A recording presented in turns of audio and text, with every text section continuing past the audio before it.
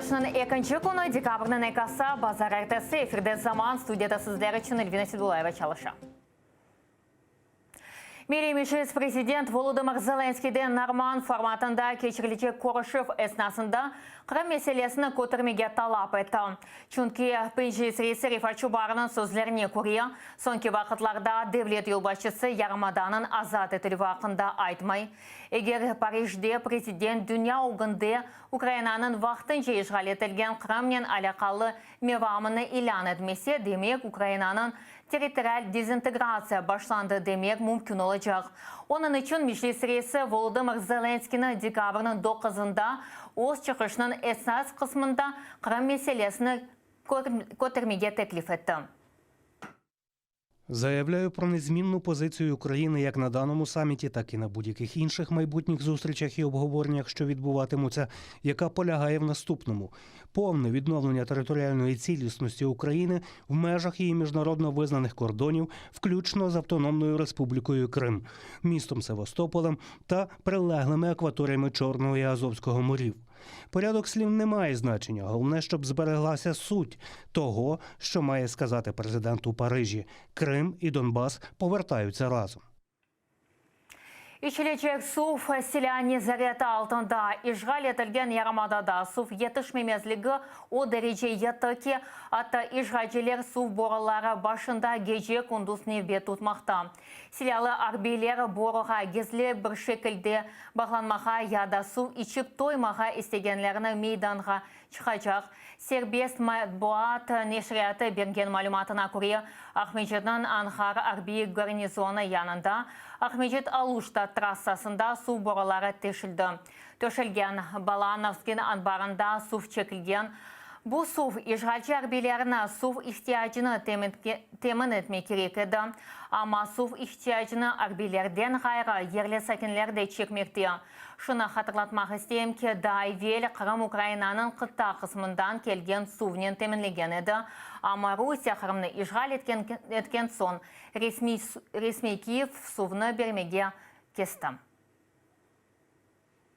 Kırım Birdemligi teşkil etken onlarının sesi ol adlı lehasının iştirakçileri artık barayetta. Bu sefer Sadovay koymamı Ahmet Ablemitov Siyasimabuz Enver Setusmanov hakkında video çıkış yaptı.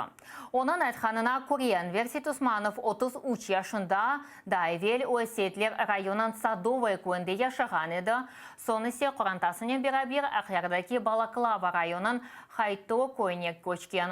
O namuslu, insaflı adam, belki de onun için işgalciler onu teröristlik kabatlap, hapishanege kapattı. O geçken sene Mayıs ayında kanunsuz tefrit etildi. İşgal etilgen Kırım'da nasıl hükümler çıkarılğanı hakkında belli olğanı nazarda alınsak, Enver Setusmanov 20 yılga mahkum etebilir. Benim adım Ahmet. Sadoy köyünde yaşayayım. Bu Seyit Osman Enver degen oğlançığımızın bugün eşitemiz terazi diyen lakap koymuşlar bu balanın boynuna.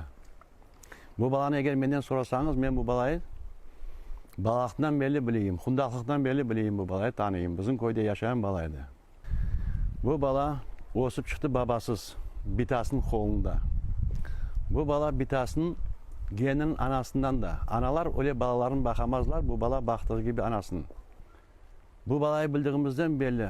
Bu köyümüzde bunun gibi namuslu, edepli, terbiyeli, tertipli bala azdırdır köylerde. Onun için bu balaya kim ne dese de ben ona inanmayayım elbet. İman için jüremi işgal etilgen Yarmada'da Kırım marafonu gayradan teşkil etildi. Malum olğanı ki bu iyulde Moskvada siyasi maybüslerge destek göstermek için Yarmada'dan 50'ge yakın insan ketken edi. Anda onlara Kırım Tatarlarga nisbeten repressiyalarını toxtatılsın. Kırımda dini ve milli alimetlere esasında tintuvler toxtatılsın dep yazılgan plakatlarının çıkış yapkan ediler. Buna cevap olarak işgalciler onlarga para jüremesi tayin etti. Endi marafon vasıtasıyla 10 binden ile 20 bin arasında olğan para jüremesi tölenecek. Mahkeme yanında destek göstergenler arasında Nariman İbrahimov da var edi. Akция iştirakçileri işgalciler onu 20 bin jüreme hüküm çıkardı. Pervasız kalmagan insanlar ona gerekli paralarını toplamağa yardım etti. Böylelikle onlarga Rusya paytahtını korkmayıp çıkanlar için minnettarlık bildirdiler. Для одного человека оплатить такой штраф на сегодняшний день это сложно, но Саулсон, я лично от себя и думаю, вот Нариман Ага тоже, Саулсон Джимат не остался, он не оставил в стороне, не оставил сам на сам с этой проблемой, прошел крымский марафон, собрались вот 10-рублевые монеты для оплаты этого штрафа. Приехал туда, народу много было. Половина была на улице, половина были на суду. Кто на улице был, всех забрали. Всех забрали и административный штраф дали. 20 тысяч рублей. Эти 20 тысяч рублей мне полгода надо работать. Аллах сагут версен нашему народу, который собрал мне деньги эти. И я расплатился. Тарихи defnlerine qaratlev işgalcileri kefede Muqaddes Georgiy ibadethane civarında yerleşken mezarlıqni yok etmeye başladılar. Yerli sakinlerinin aytkanlarına göre anda buldozer çalışı, andaki ibadethane etrafında bulungan erşeni, hususan Ermeni mezarlıqlarını yok etmekteler. Yerli sakinler buldozer aydavcısını toxtatmağa tırışsa bile o ebir işini toxtatmağa istemegen. Kefedeki Ermeni cemiyeti ve yerli sakinler şehir memuriyetinin yolbaşçısına müracaat etkeni hakkında haber etilmekte.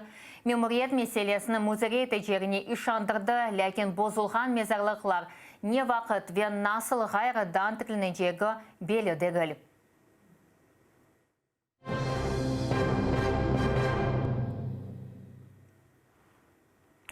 Қырым-татар ve Украин medeniyeti bir sanada nümayiş etildi. Kiev vilayetindeki yerleşen Fastov'da Kırış Anlaşmasının yıllığını kaydetildi. 1918 senesi dekabrının birinde Ukrayna Halk Cumhuriyeti ve Garp Ukrayna Halk Cumhuriyeti'nin liderleri yerli demir yol stansiyasında iki cumhuriyetin birleşmesi hakkında anlaşma imzaladılar. Neticede bir cumhuriyet meydana getirildi. Ukrayna'nın birleşiş şerefine büyük konser teşkil edildi. Ukrayna'nın ve Kırım Tatar takımları hususan Kırım ailesinin oyuncuları sanağa çıkıp milli oyun döşediler ve yırladılar.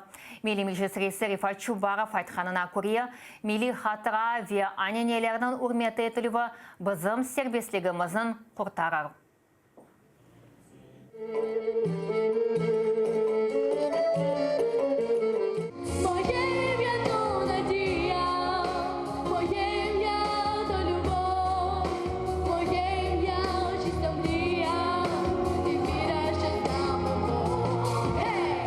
Гарантію того, що цього не буде, збережеться кримсько-татарська нація, збережеться Україна, включно з Кримом. От гарантією є те, що тут, в Фастові і по всій Україні люди пам'ятають своїх попередників. Нам зараз головне, щоб оце пробудження українське сталося якомога скоріше і щоб воно було таким монолітним. І тоді все буде добре. Şimdilik bu haberlerden tanış etmeye yetiştireyim. Bir saatten son meslektaşım Alasya Галыч Ukrayn tilinde sizlerine taze haberlerden paylaşacak. 5 dakikadan sonra ise yayınımızın Situmerov devam eder. Bizle olunuz.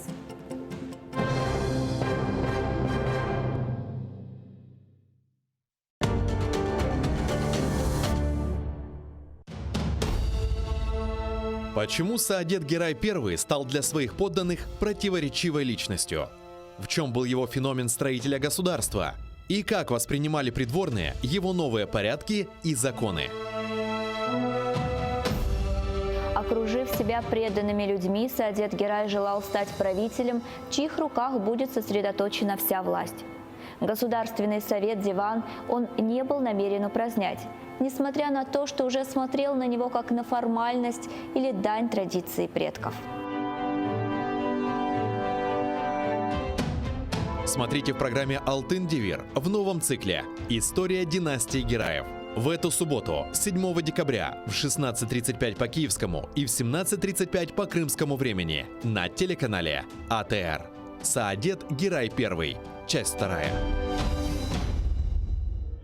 Әрбір insanın hayatında aile ayrı bir kızdırıcı ışıktır. Bugün de ışık ve sevgiyle dolu Korantan'ı ziyaret etmek için Bahçesaray şehrine yol aldık.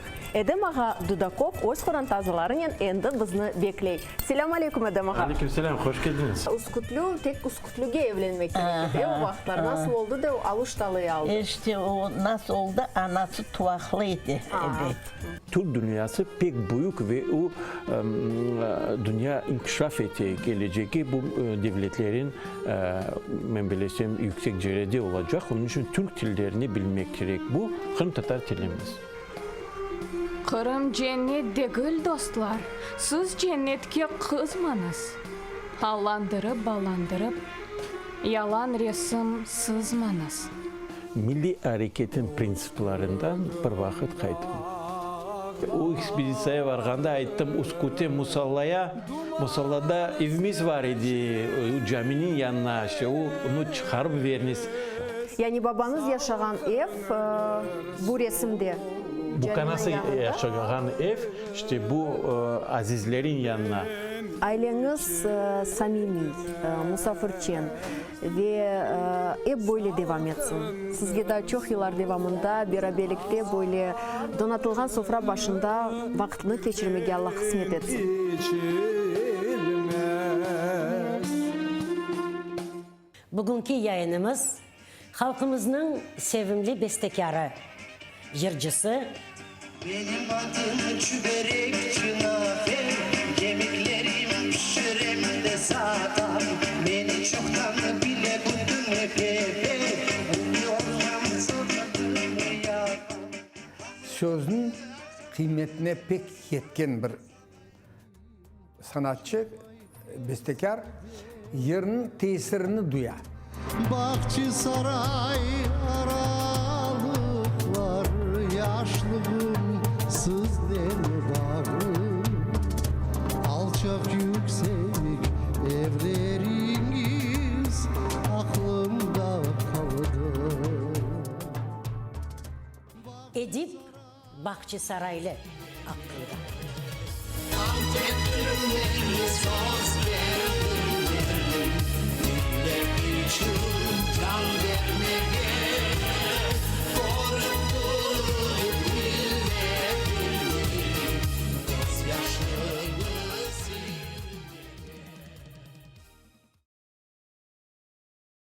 Как и все крымские татары его поколения, он рано узнал, что такое голод, лишение, смерть. Рано начал работать и одновременно учился. Причем учился хорошо. По окончании педагогического института учительствовал, писал стихи, активно участвовал в национальном движении крымско-татарского народа. А во время знаменитых московских акций крымских татар 1987 года стал одним из признанных народных лидеров. 6 декабря нынешнего года ему исполнилось бы 85. Эскендер Фазыл – педагог, поэт, ветеран национального движения крымско-татарского народа. Смотрите в субботу, 7 декабря в 17:30 по Киеву и в 18:30 по Крыму в программе «Тарих Седасы» с Гульнарой Бекировой на телеканале АТР.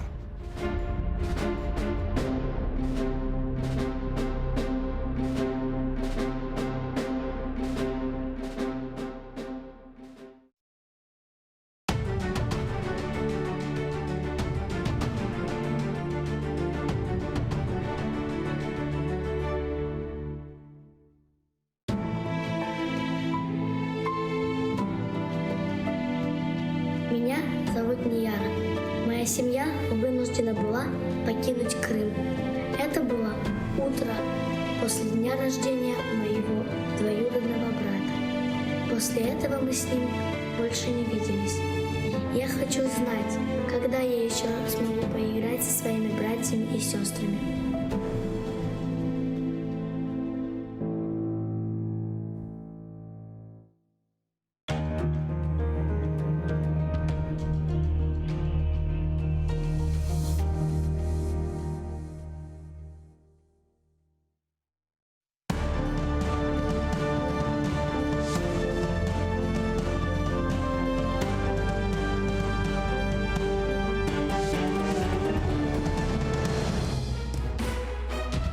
Салям алейкум, здравствуйте. Информационное утро на телеканале АТР начинает свое вещание. Для вас в студии работаю я, Сейтумир Сейтумиров, и гость нашего первого утреннего эфира – заместитель директора Украинского института исследований экстремизма Богдан Петренко. Доброе утро, Богдан. Доброе утро. И начнем с того, что ровно 28 лет назад независимость Украины признали Польша и Канада.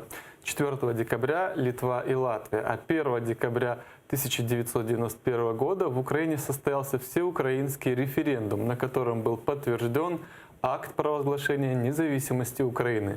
Тогда более 90% избирателей дали утвердительный ответ на вопрос: подтверждаете ли вы акт провозглашения независимости Украины? В частности, в Крыму за независимость Украины проголосовало более 54% граждан. В Донецкой, Луганской и Одесской и Харьковской областях жить в собственном государстве захотели более 80% граждан. В Ивано-Франковской, Львовской, Тернопольской, Волынской, Ровенской, Житомирской, Киевской, Хмельницкой, Черкасской, Винницких областях за проголосовало более 95% граждан. Напомню, акт о независимости Украины Верховная Рада приняла 24 августа 1991 года. Документ тогда поддержало 346 народных депутатов. Богдан, и первый мой вопрос. Вот все-таки тогда было провозглашено независимость Украины. Получила ли вот тогда Украина настоящую независимость? Является ли та независимость действительной? Вот. Ну, якщо ми розглянемо питання самого референдуму, то це єдиний легітимний референдум про незалежність, який відбувся на територіях, які окуповані. Тобто, що б там зараз на сьогоднішній момент Росія не говорила, останнє прийняте суспільством, в тому числі міжнародної спільноти, рішення цих територій мається на увазі і Крим, і Донецька, і Луганська область було за. Причому, ви самі повідомили, в Криму було 54%, в Севастополі, який вважається городом русських моряків, 57%, а в Донецькій, Луганських областях більше 80%. Тому говорити про те, що вони не хотіли жити в Україні, чи говорити про те, що це якась там окремішня сущність, на сьогоднішній момент не доводиться, тому що більша частина так чи інакше тоді підтримала Україну. Тому за великим рахунком, якщо ми говоримо саме про ці території, саме про єдину країну в контексті незалежності, то, звичайно, це була останній референдум, який визначив їхнє ставлення. І на сьогоднішній момент, як би не намагалися, я розумію, що є проросійські сили на цих територіях, як би вони не намагалися представити, що вони презентують нібито суспільну думку, то вони мали прислухатися до того, як проголосували вони чи їхні ж батьки проголосували в 91-му році. Тому говорити про те, що Росія на сьогоднішній момент контролює, тобто Росія є легітимним представником, не доводиться. Вопрос в другом. Вопрос в том, что вроде бы Украина получила независимость, но при этом вот эти связи, влияние России как старшего брата, он оставался все эти долгие годы, десятилетия. Безумовно, він залишається. Він на сьогоднішній момент, він залишається навіть на сьогодні, коли в нас вже пройшло 6 років фактично військового конфлікту, 6 років після анексії. Ці зв'язки залишаються на сьогоднішній момент, і ми маємо розуміти, що як би не складалася далі доля, наша доля чи доля наших країн, Росії і України, ми все рівно залишатимемося сусідами, і все рівно нам колись треба буде знаходити спільну мову. Але чи це буде сьогодні? Сьогодні, на жаль, про це говорити дуже складно. Якщо ми беремо контекст 91-го року, то це було скоріше зовнішня якась реакція на ту ситуацію, яка склалася в світі. Саму незалежність, за великим рахунком, Україна здобула в 2014 році, коли фактично кров'ю було захищено, було визначено, що Україна є українською, що Україна є державою, і що Україна є тією територією, яка цивілізаційно належить не Росії, а цивілізаційно належить все-таки до Європи більшою мірою. І українці довели це не лише світові, довели це собі. В 91-му році ми маємо розуміти, що той референдум мав надзвичайно важливе значення в контексті міжнародного визнання України, а не саме як голос, внутрішній якийсь голос. Тому що от ви самі повідомили, що от якраз цей парад визнання, він почався після 1 грудня. До 1 грудня, і якщо ми подивимося в історію, ті ж Сполучені Штати, наприклад, виступали проти того, щоб Радянський Союз розвалився. Їх цілком можна зрозуміти, бо Радянський Союз був величезною країною, на якій знаходилася потенційно небезпечна зброя, тобто ядерна зброя. І після розвалу Радянського Союзу Сполученим Штатам треба було домовлятися не з однією країною, а з тими країнами, на території яких знаходилася зброя. Тобто, якщо це 15 республік, то з усіма 15 республіками треба було знаходити спільну мову. І зрозуміло, не було відомо, хто прийде до влади, як можна, чи не будуть там якісь бандугруповання, чи не будуть це угруповання ближче, скажімо, до якогось кримінального світу, ніж до цивілізаційного, і як вони будуть поводитися з цією зброєю, якщо була у них. Тому міжнародний світ може зрозуміти з цього боку, але коли за незалежність проголосувало більше 90%, то зрозуміло, що світ був просто вимушений визнати незалежність, і Україна фактично постала незалежною для світу в грудні 91-го року. Вот на том референдуме меньше всего, скажем, по количеству поддержки это был Крым, то есть около 54% это проголосовало, то есть на общем фоне всей страны, то есть общей тенденции, желания независимости, этот был показатель самый низкий. Не было ли тогда еще вот для Украины сигнал, что к Крыму надо быть более внимательным? И вот отсутствие вот этого внимания, собственно говоря, привело к тому, что вот и пророссийские настроения всегда в Крыму были, пророссийские силы, политические партии. Вот в итоге мы получили 2014 год. Досить часто ми проблему Криму на сьогоднішній момент спихуємо, що це виключно російське, що це причина Росії. Причина полягає значно глибше, причина полягає в тому, що Україна неналежним чином намагалася його адаптувати в свій інформаційний, свій культурний простір.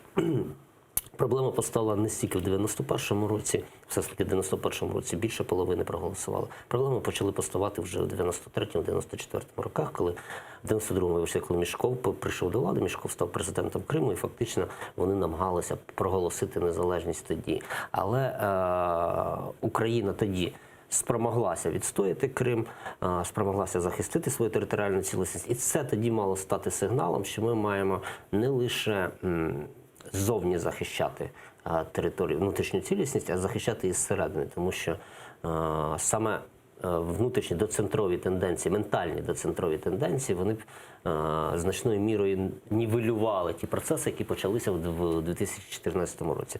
На жаль, Україна фактично залишила на призволяще ці території. І я розумію, що ми жили фактично в світі, в постялтинському світі, коли Європа вже була переділена, і здавалося тоді, багатьом здавалося, навіть мені здавалося, що ніякого поділу не буде, що Росія, якщо і буде контролювати території, то вона буде робити це економічним чинником, економічно чи політично, але що Росія це вирішить військовими методами, про це фактично ніхто не говорив тоді.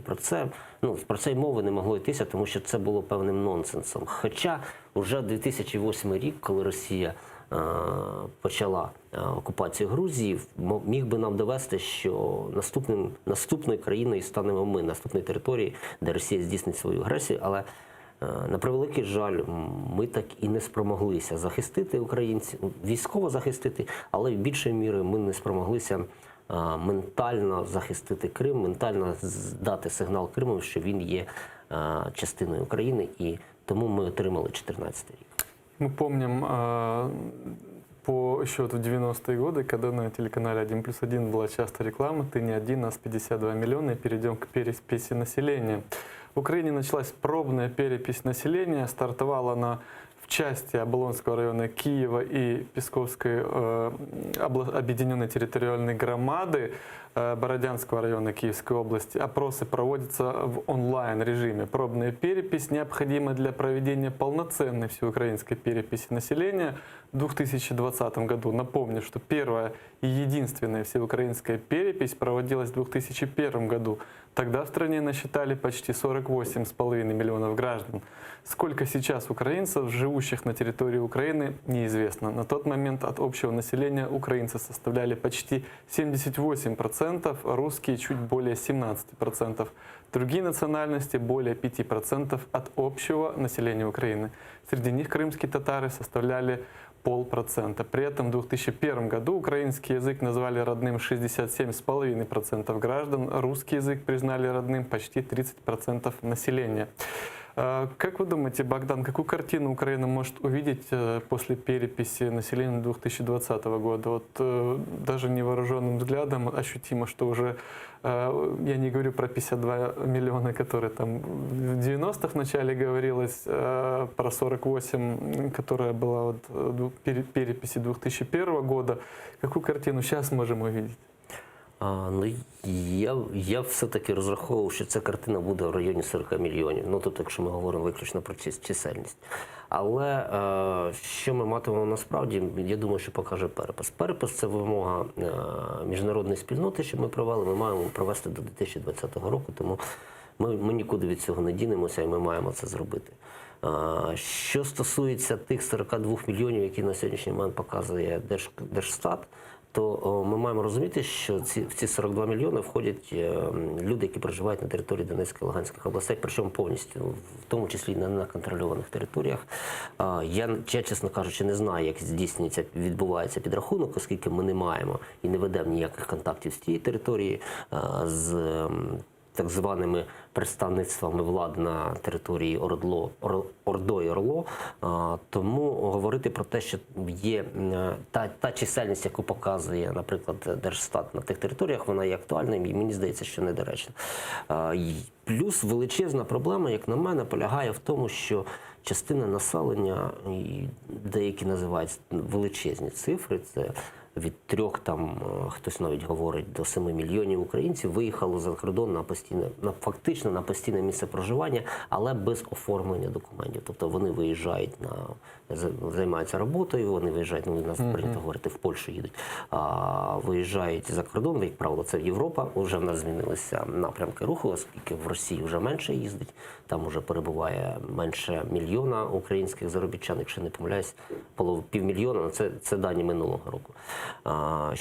Але мені здається, що найбільше нас цікавить все-таки не кількісний зріз, який ми отримуємо у результаті цього опитування, а зріз все-таки він більш якісний. Тобто, перше, дійсно, які питання мови, бо якщо 67,5 було в 20 років тому, то зрозуміло, що на сьогоднішній момент, не контролюючи територію Криму і не контролюючи території Донецької, Луганських областей, ми матимемо більший показник, але чи є це показником дійсно України? Не контролюючи територію Криму і не контролюючи частину території Донбасу, ми отримаємо трошки інші дані по демографії, і я не знаю, наскільки ми зацікавлені в цьому. І я гадаю, що ми маємо дати світові зрозуміти, що це не вся територія, не все населення України, яке представлено. Богдан, а как вы думаете, почему так долго не проводилась перепись? То есть вот уже почти 20 лет прошло, как последний раз проводилась. Связано ли это с тем, что, ну, на мой взгляд, это вот моя субъективная точка зрения, что очень большая смертность и население катастрофически, на мой взгляд, сокращается? Может ли быть это связано с этим? Я вважаю, що Держстат більш-менш адекватно показує кількість смертності і кількість народжувань. Проблема, мені здається, полягає більше в якісних якихось показниках, наприклад, в кількості пенсіонерів, в кількості людей, які потребують соціального захисту. І тут вже відкривається величезний об'єм для проведення якихось корупційних дій, тобто фактично малюються люди, які не мають жодного відношення до тих чи інших пільг, але їм держава виплачує пільги, і фактично на місцях хтось там отримує за них ці кошти, або він на горі, я не знаю. Мені здається, що якраз проблема полягає в цьому. Плюс проблема полягає в тому, що на перепис треба виділяти кошти, і в нас, як завжди, в державі ми будемо тягнути це до останнього моменту, оскільки, ну, хай це буде не наша проблема, невідомо, хто буде в 20-му при владі, чому ми маємо виділяти з бюджету саме сьогодні, да, ну, умовно кажучи, в якомусь 15-му році чи в 13-му році, чому ми маємо виділяти кошти, якщо нам до 20-го треба провести перепис населення, і все це переноситься на потім. Це проблема не лише перепису, у нас усі такі реформи здійснюються, ну, хай потім, от такі реформи, які потребують коштів, але від яких, скажімо так, фідбек відбудеться не відразу, а значно пізніше, от все воно переноситься на потім. Мені здається, от саме в цьому найбільша причина, головніша причина перенесення перепису. Перейдем к следующей новости. Председатель Государственной Думы Российской Федерации Вячеслав Володин пригрозил Украине тем, что национализм и притеснение малых народов может привести к выходу из состава Украины ряда областей. Соответствующее заявление Володина опубликовано на сайте Госдумы РФ. Таким образом, Володин ответил на то, что украинская делегация сорвала выступление незаконно избранного в Госдуму так называемого депутата от оккупированного Крыма Руслана Бальбека на форуме ООН по вопросам меньшинств. Что конкретно сказал Володин, далее в прямой речи. Чергова демонстрація нетерпимості представників влади України до малих народів, у тому числі право на мову, коли Київ приймає закон про українську мову як про єдину державну і вводить заборону на використання національних мов в освітніх установах. При цьому складно назвати малим народом 36% громадян України, які вважають російську мову рідною. Владі України варто задуматися, чому в 2014 році переважна більшість, понад 96% жителів Криму і Севастополя, росіяни, українці, кримські татари, білоруси, вірмени, азербайджанці прийняли рішення про входження до складу Російської Федерації.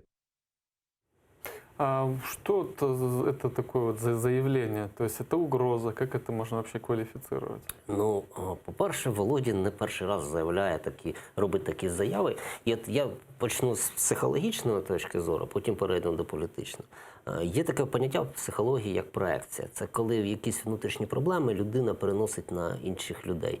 І ми спостерігаємо фактично в Росії цю проекцію, коли вона якісь національні внутрішні суперечки починає переносити на країни, які перебувають поряд.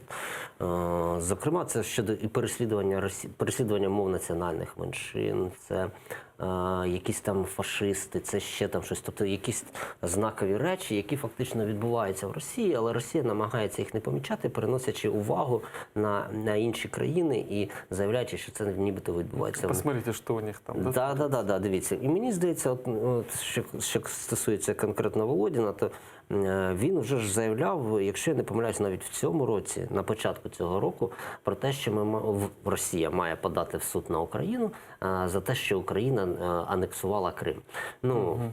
Тобто, зрозуміло, це є прямим проявом цієї проекції. Тобто, якщо... А чого добиваються подобними висказуваннями? А це якраз політична буде сторона питання. Я ще закінчу про що проекція, це, як правило, наслідком є психічних якихось розстройств у людині, якщо ми говоримо про людину, а в цілому це є наслідком параноїдального стану, тобто манії переслідування. І якщо країна будує свою внутрішню сутність на цьому переслідуванні, тобто що вона фактично фортеця, яку навколо оточують вороги, то ми маємо наслідком і цю параною, тобто сукупність ворогів навколо країни, і ми маємо наслідком цю проекцію, коли переносяться всі внутрішні проблеми, переносяться на сусідів. Що стосується політичного виміру цього питання, то з одного боку, так, це є наслідком реакції на недопущення виступу представника, так званого представника Криму в міжнародній організації. Але в цілому ми маємо всі ці заяви розглядати в ключі нормандського формату, який має відбутися 9 числа, і фактично збільшення спроби Росії розхитати якісь основи України, психологічно налаштувати Україну, чи психологічно примусити Україну до зворотньої реакції, в тому числі з боку чи МВС, чи з боку президента, для того, щоб фактично зірвати якісь там домовленості, що можуть відбутися на цьому нормандському форматі. Ми повинні розуміти, що Росія, вона сама по собі не є якоюсь єдиною владою. Тобто там є різні угруповання, різні політичні угруповання, які називаються, більш відоміша назва – це башти Кремля, які між собою можуть вести під килимом боротьбу, назовні виводячи нібито, що вони є одним і тим самим угрупованням. Тому з одного боку нібито одна частина намагається домовитися з Україною, але є ще партія війни, яка намагається роздмухати ще далі це питання. І в цьому контексті я бачу не лише заяву Володіна, а і заяву ДНР, яка відбулася на тому тижні, про те, що вони нібито розширюють свої кордони в адміністративних кордонах Донецької області. Мені здається, що ці заяви, вони все-таки намагаються якось спровокувати Україну. Це не стільки на збільшення російських факторів, які тиснутимуть на Україну, скільки спроби викликати Україну зворотню реакцію і зірвати ті процеси, які відбуваються. Какова була обратна реакція? З відповідом не запоздав міністр внутрішніх дел України Арсен Аваков. Он назвал Володина очередным русским дураком. Свой комментарий Аваков обнародовал на своей странице в Facebook в воскресенье. Давайте посмотрим. От себя господину Володину. Говорите чаще. Это помогает нам, украинцам, лучше понимать истинные устремления русского мира. Нашим также скажу. Сторонникам всепрощения, покупки электроэнергии, дешевого газа со скидкой и прочим твердящим «мы один народ». Перечитывайте Володиных. А если не доходит сходу, то знайте, что есть многие, такие как я. До ваших послуг російськомовний український націоналіст Арсен. А уже через несколько часов отреагировал и украинский МИД. У себя в Фейсбуке замминистра иностранных дел Василий Бондар написал, что заявления главы Российской Госдумы направлены против территориальной целостности Украины. Он добавил, что это укладывается в логику продолжения гибридной агрессии Российской Федерации против нашего государства. Давайте послушаем. Справжня мета заяви Володіна – це відволікти увагу світової громадськості від політики утисків і залякування Кремля на тимчасово окупованих територіях України, а також всередині Росії. Треба, щоб правоохоронні органи України вивчили зазначені висловлювання російського чиновника на предмет порушення законодавства України. На мою думку, тягне на кримінал. Богдан, вот все-таки какой должна была быть, на ваш взгляд, реакция украинской стороны? Почему в этом вопросе отреагировал первый не МИД, а вот Арсен Аваков, глава МВД? Ну, можливо, Арсен Аваков є певною позицією в сучасному Кабміні, де представлений, скажімо так, він є системним політиком в умовах якихось молодих, несистемних і недосвідчених політиків. Тому мені здається, що в самій заяві навіть пана Авакова було не тільки звернення щодо Володіна, а й звернення до внутрішніх якихось сил. Там, наприклад, прозвучало про прихильникам купівлі російської електроенергії. Це фактично це питання лобіюється урядом на сьогоднішній момент. І мені здається, що Аваков будує якусь внутрішню фронту всередині Кабміну, причому фронту, яка формується на якихось патріотичних засадах, якби ми там не ставилися до пана Авакова. І мені здається, що Аваков намагається на сьогоднішній момент все-таки якось позиціонувати себе як більш такий ґрунтовний політик в середовищі таких людей, які катаються на самокатах і які намагаються керувати країною. Що стосується подальшої реакції, то мені здається, вже діватися було нікуди, і уряд так чи інакше мав би відреагувати на це питання, і він мав би заявити, тим більше, що ми на сьогоднішній момент говоримо про рівень спікера Російської Думи. Ми маємо все рівно відреагувати на це питання. Питання в тому, хто це мав зробити. Чи мав це зробити Боднар, який є заступником міністра, чи все-таки це мав зробити сам міністр. Мені здається, що рівень показував про те, що це мав зробити сам міністр. Але от таке затишчя якраз і говорить про те, що українська сторона намагається також не провокувати якісь ситуації напередодні зустрічі і намагається уникнути заяв на найвищому рівні для того, щоб створити якийсь певний психологічний клімат і щоб досягнути якихось домовленостей. На жаль, поки що невідомо яких, саме на зустрічі 9 грудня. Вот к этой встрече уже определенную работу делают террористы ДНР. Тем временем террористы ДНР, так сказать, не словом, а делом установили новые границы своей квазиреспублики. Теперь она, по их мнению, распространяется на всю Донецкую область. И даже решение соответствующее принято в так называемом парламенте. Также появилась карта Донецкой области с сайтов сепаратистов, что примечательно. В российских СМИ так называемый новый закон ДНР назвали претензией на украинские территории. Подобное вот то, что мы сейчас видим, заявление, это вот опять-таки идет подготовка к нормандской встрече в нормандской четверке.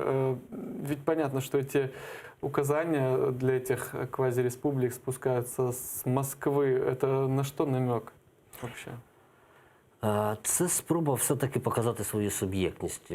І це дуже добре, що, наприклад, що Україна офіційно ніяк на це не відреагувала. Не відреагувала на ті заяви, які були прийняті в так званій ДНР, тому що ми не визнаємо цю республіку взагалі, ми визнаємо фейковість її, ми не визнаємо її законів як таких. Тобто вони можуть приймати будь-що, можуть заявляти будь-що, можуть претендувати на територію, на всю територію України. Чому не зупинилися лише на адміністративних кордонах України, мені невідомо. Давайте ж піднімайте ставки вже, давайте тоді Харківську область, Донецьку область, Запорізьку область, які там ще межують з Донецькою областю.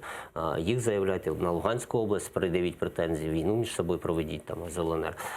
Мені здається, що вони намагаються підвищити свою суб'єктність такими заявами, і це дуже добре, що Україна не ведеться на такі заяви. Це дуже добре, що ми фактично не реагуємо на такі заяви, але реагуємо лише на рівні експертів. Зрозуміло, що це була спроба підняти ставки напередодні. А может ли быть это указанием того, что они вот на этой встрече будут просить автономию для этих территорий не просто для подконтрольных боевикам, а вот на территорию всех районов? Звичайно, це може говорити, що вони можуть просити, але в них немає суб'єктності. Тобто вони можуть будь-що там просити, але на них не будуть зважати, тому що на самій зустрічі їх не буде присутні. Вони є як долучені особи без права голосу на тристоронній зустрічі, яка в Мінську відбувається у нас.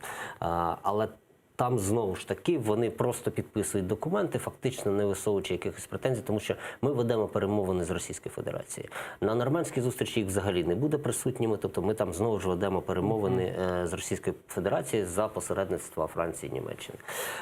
Тому висунути ці претензії вони можуть на ті ж нормандські зустрічі виключно через Путіна. І я не думаю, що це буде зроблено. Я думаю, що це все-таки більш такий психологічний тиск на Україну. Хоча на тристоронній зустрічі вони дійсно можуть про це говорити. Але там це просто тиск на Україну і спроба відреагувати, тобто спровокувати реакцію України, офіційної України на ці заяви, тим самим доводячи, що якщо Україна реагує на ці заяви, ми типу визнаємо їхню суб'єктність.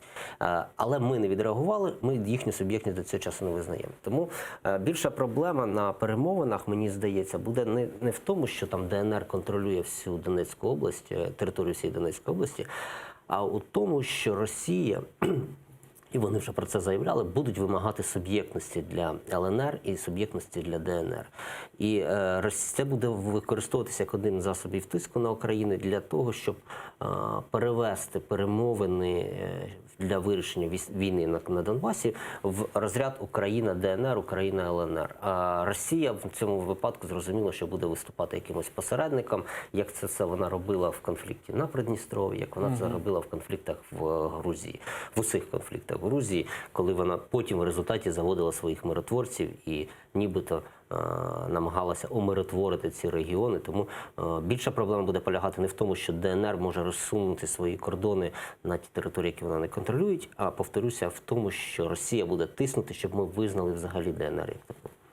И перейдем к вопросам, связанным с газом. В Вене состоялись переговоры по газу при участии министров энергетики Российской Федерации и Украины, а также глав «Газпрома», «Нефтегаза» и оператора газотранспортной системы Украины. Об этом сообщила пресс-служба российского «Газпрома».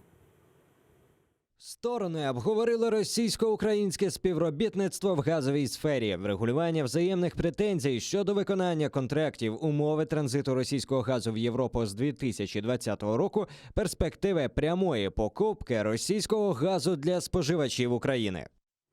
А на последних консультациях по газу было согласовано, что Украина и Россия в двустороннем порядке должны начать обсуждение технических деталей, а также попробовать найти решение проблем по выполнению заключения Стокгольмского арбитража. Об этом заявил исполнительный директор «Нефтегаза» Украины Юрий Витренко в интервью «Радио Свобода».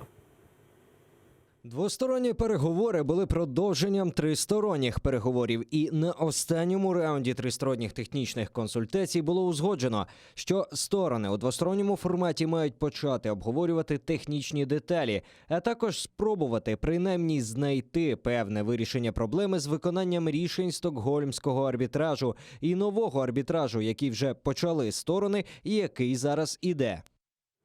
Напомню, что ранее министр энергетики Украины не исключил прямые поставки газа из России. Далее цитата Алексея Оржеля. Якщо ми матимемо знижену ціну, потенційно можливо, що у нас будуть прямі поставки зі знижкою зі Сходу. Ми намагатимемось забирати цю знижку, видавати в ринок ринкову ціну, а саму знижку використовувати через бюджет або через будь-які інші інструменти для покриття субсидій або інші соціально важливі заходи. Богдан, вот почему во всей этой истории вопросы газа стали всплывать именно перед нормандским форматом, и даже говорится, что они там тоже будут обсуждаться? Причем тут это все?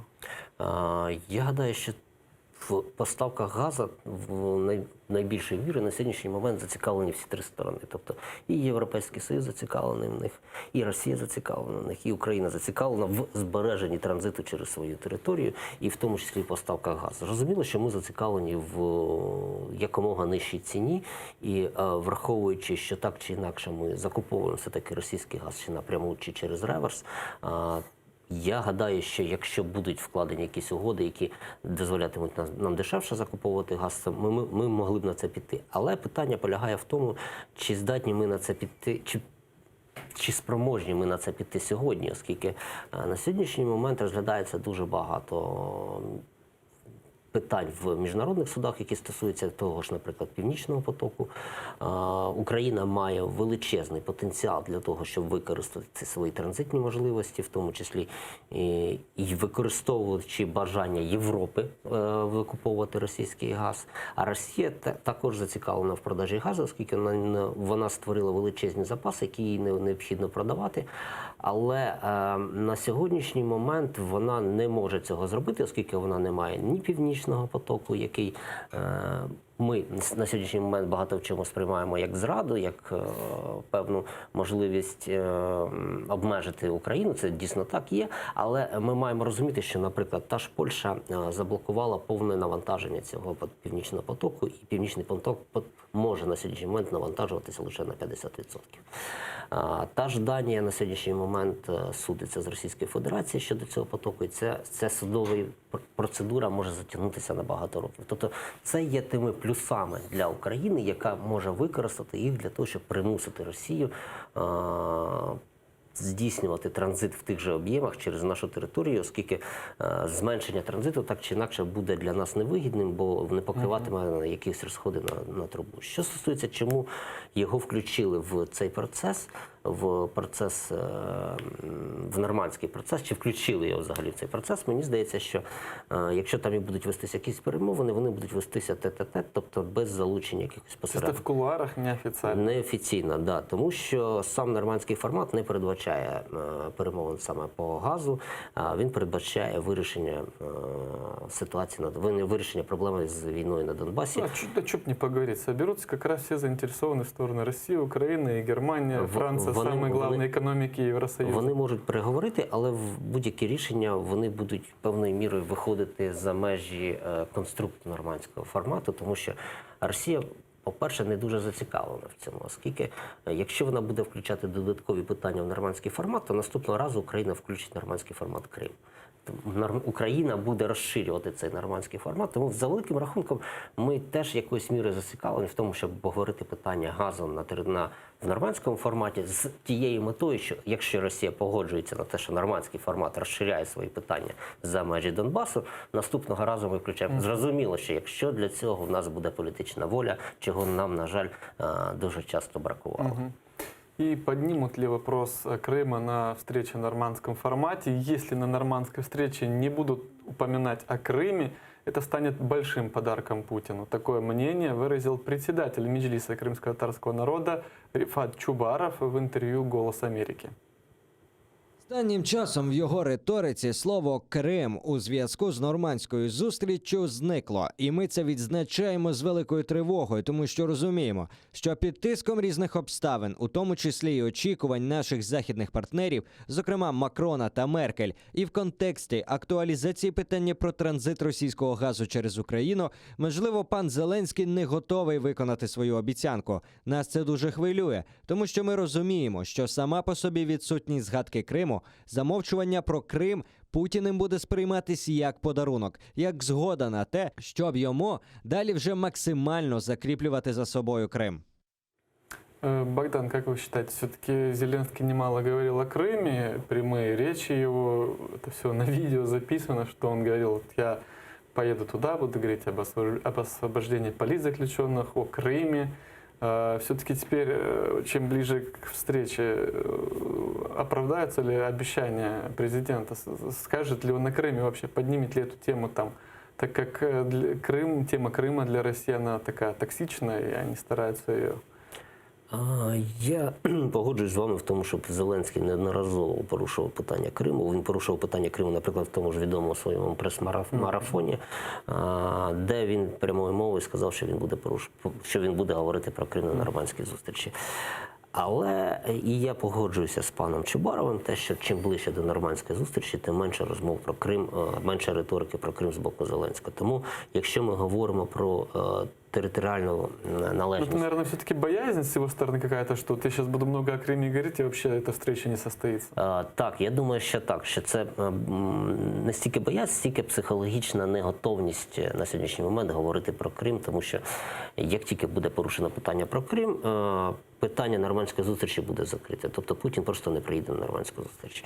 Але хочу все-таки підтримати Зеленського в тому, що я швидше всього, і я переконаний в тому, що на нормандській зустрічі буде вестися мова про тих затриманих в Криму, в тому числі в Криму, полонених, оскільки гуманітарне питання, мені здається, стане одним з головним, можливо, стати одним з головним, яке може вирішитися на цьому питанні, і обмін військовополоненими, обмін полоненими, обмін затриманими, він може відбутися за результатами цієї зустрічі не тому, що цього хоче Росія, і не тому, що цього хоче Зеленський, а тому, що це є тим кроком, який показує позитивність таких зустрічей. Тобто це є психологічна підготовка уже тепер не Росії і не Зеленська, а психологічна підготовка населення України до того, що ми будемо далі йти, до того, що далі ми будемо співробітничати з Росією. Тобто спочатку запускається якесь позитивне питання, тобто відбувається обмін полоненими, гуманітарні вирішення питань, а потім вже відбуваються поступові поступки,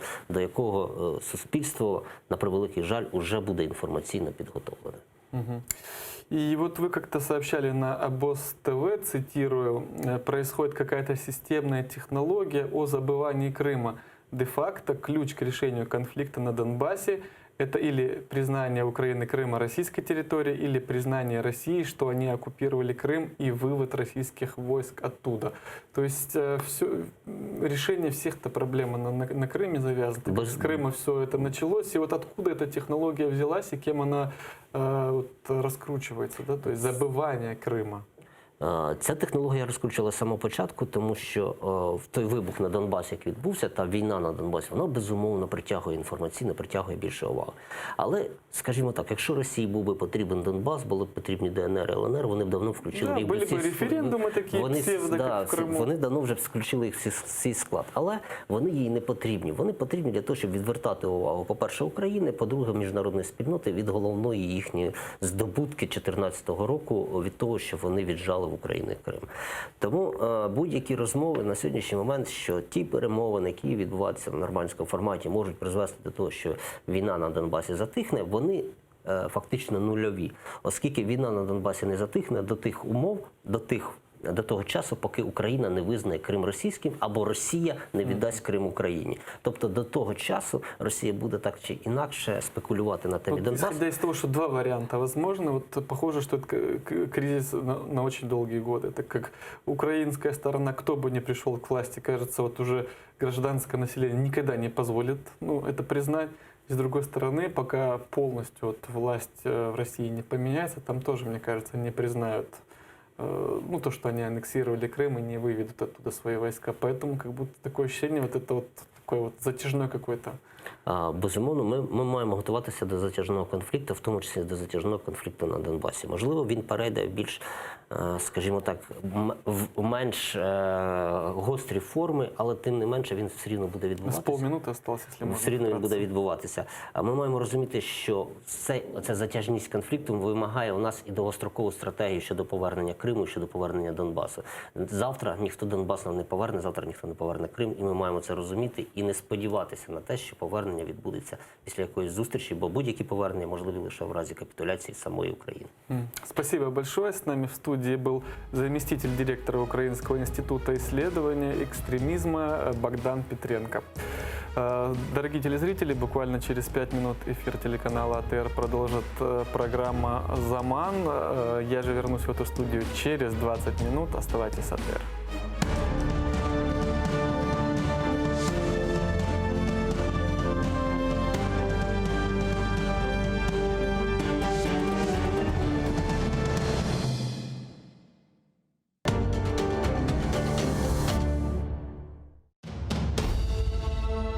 Почему Саадет Герай I стал для своих подданных противоречивой личностью? В чем был его феномен строителя государства? И как воспринимали придворные его новые порядки и законы? Окружив себя преданными людьми, Саадет Герай желал стать правителем, в чьих руках будет сосредоточена вся власть. Государственный совет Диван он не был намерен упразднять, несмотря на то, что уже смотрел на него как на формальность или дань традиции предков. Смотрите в программе «Алтын Девир» в новом цикле «История династии Гераев». В эту субботу, 7 декабря, в 16:35 по киевскому и в 17:35 по крымскому времени на телеканале АТР. Саадет Герай 1. Часть 2. Әрбір инсанның аятында айле айры бір қыздырыcı ышықтыр. Бүгін де ышық вет sevgi ile толы Хорантаны зиярет etmek için Бахчисарай шеріне yol aldık. Edem Ağa Dudakov öz Хорантазыларымен endi bizni bekley. Selam aleykum Edem Ağa. Aleyküm selam, hoş geldiniz. Uskutlu, tek Uskutlu'ya evlenmek gerekti. O vaxtlar nasıl oldu da alıştalığı aldı? İşte o nasıl oldu? Anası tuvaklıydı. Evet. Türk dünyası pek büyük ve o dünya inkişaf edecek bu devletlerin ben bilesem yüksek derecede olacak. Onun için Türk dillerini bilmek gerek. Bu Kırım Tatar dilimiz. Kırım cennet değil dostlar. Siz cennetke kızmanız. Hallandırıp balandırıp yalan resim sızmanız. Milli hareketin prensiplarından bir vakit kaydım. O ekspedisiyaya varganda aytdım Uskut'e Musalla'da evimiz var idi. O caminin yanına onu çıkarıp veriniz. Yani babanız yaşayan ev bu resimde.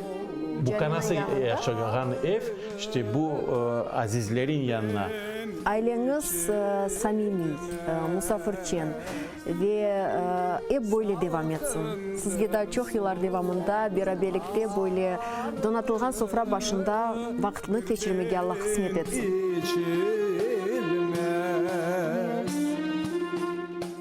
Bugünkü yayınımız halkımızın sevimli bestekarı, yırcısı. Benim adım çüberek çınafer, kemiklerim şüremde sağlam. Beni çoktan bile buldun pepe, umuyorum sormadığımı yapan. Sözün kıymetine pek yetken bir sanatçı, bestekar, yerinin tesirini duyar. Bahçesaray aralıklar, yaşlığım sizden bağım. Alçak yüksek evleriniz aklımda kaldı. Edip Bahçesaraylı hakkında.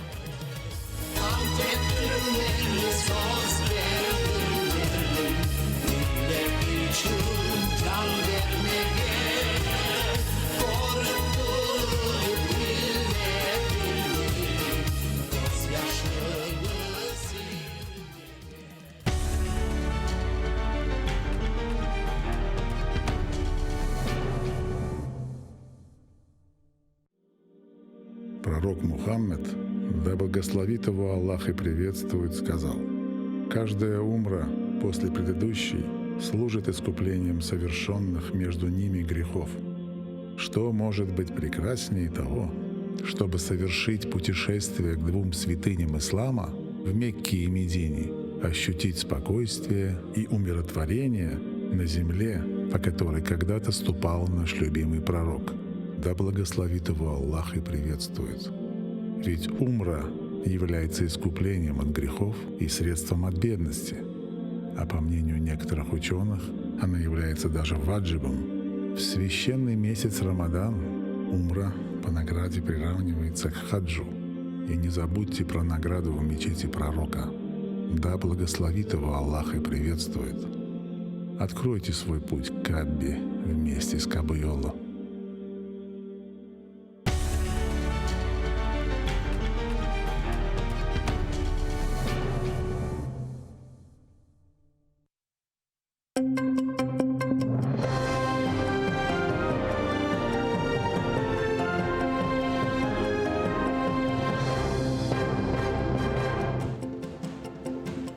Понеділок, 2 грудня, 2111-й день окупації Криму Росією. В ефірі інформаційна служба «Заман». Я Олеся Галич. Доброго ранку. Двоє українських захисників загинули напередодні на Донбасі. Штаб операції Об'єднаних сил повідомив про атаку ворожої диверсійно-розвідувальної групи та спробу проникнення противника у тил Збройних сил. Щоб відбити атаку і перекрити для ворога шляхи відходу, українські військові задіяли черговий резерв. В ході бою двоє бійців підірвалися на вибухових пристроях противника. Вбивство у центрі Києва. Напередодні ввечері розстріляли машину бізнесмена. Інцидент стався на вулиці Льва Толстого біля ресторану «Маріо». Невідомі почали гатити по рейндж-роверу. Окрім власника автівки, там перебував і його 3-річний син. Дитину врятувати не вдалося, вона померла у кареті швидкої. Відомо, що замах був скоєний на депутата Київської облради В'ячеслава Соболєва. Сам він із Єнакієвого, відомий як бізнесмен на Донбасі, засновник однієї з перших торгових мереж «Обжора». У 2010-2011 роках був заступником голови НАК «Нафтогаз». У 2015-му обраний депутатом облради від блоку Петра Порошенка. За фактом вбивства розпочато кримінальне провадження. Меджліс кримськотатарського народу вимагає від президента Володимира Зеленського під час зустрічі у нормандському форматі порушити питання повернення Криму. Адже, за словами глави Меджлісу Рефата Чубарова, останнім часом глава держави про деокупацію півострова взагалі не говорить.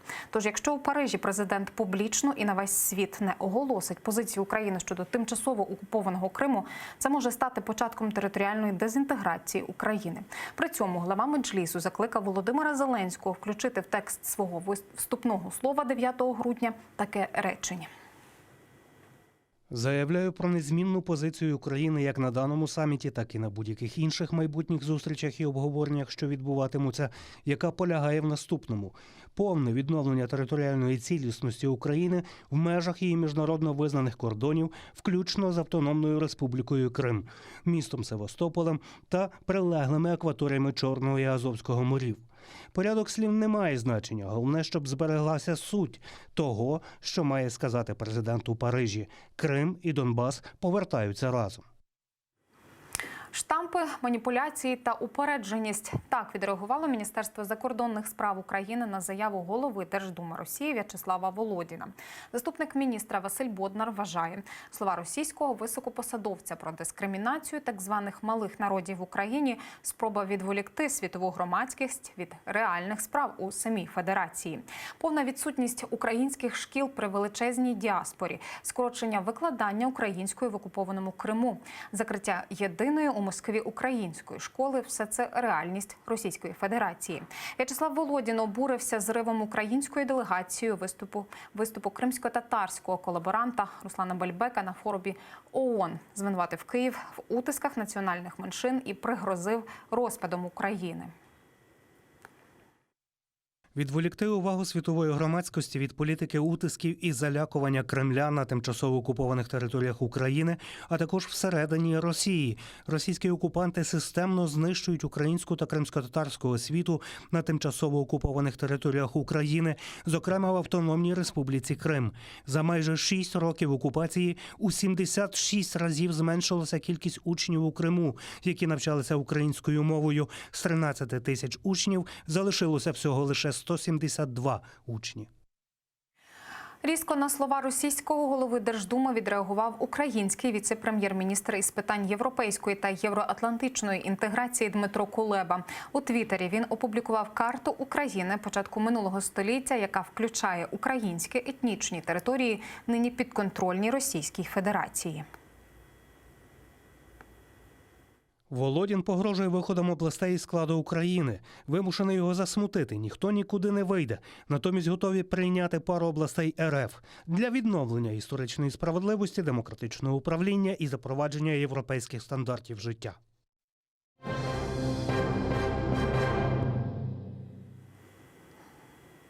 Колишній політв'язень Володимир Балух отримав ключі від нової квартири. До оселі увійшов з оберегами, а на балконі вже вивісив синьо-жовті стяги. Майже 3 роки тому українські прапори він повісив і на будинку у Криму, за що і був заарештований. Чи планує до нової оселі із анексованого півострова перевести родину та чи вірить у те, що колись таки зможе відвідати нині анексований Крим, розпитала у колишнього обранця Кремля Вікторія Козуб. Із сумками та синьо-жовтими прапорами колишній політв'язень Володимир Балух прямує до нової оселі. І ось вони – перші кроки по уже своїй квартирі і перші враження.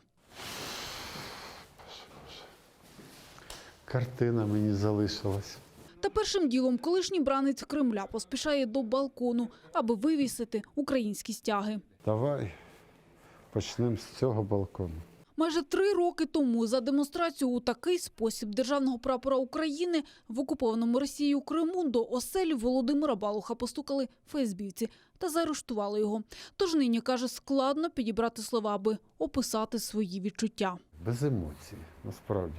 Просто із чувством виповненого долга я тепер зараз залишу цю лоджію. Знаєте, якби в країні була інша ситуація, якби ми розуміли, що ми йдемо, крокуємо до перемоги, а не здаємо позиції, то емоції були б кращі, звичайно, більш піднесені.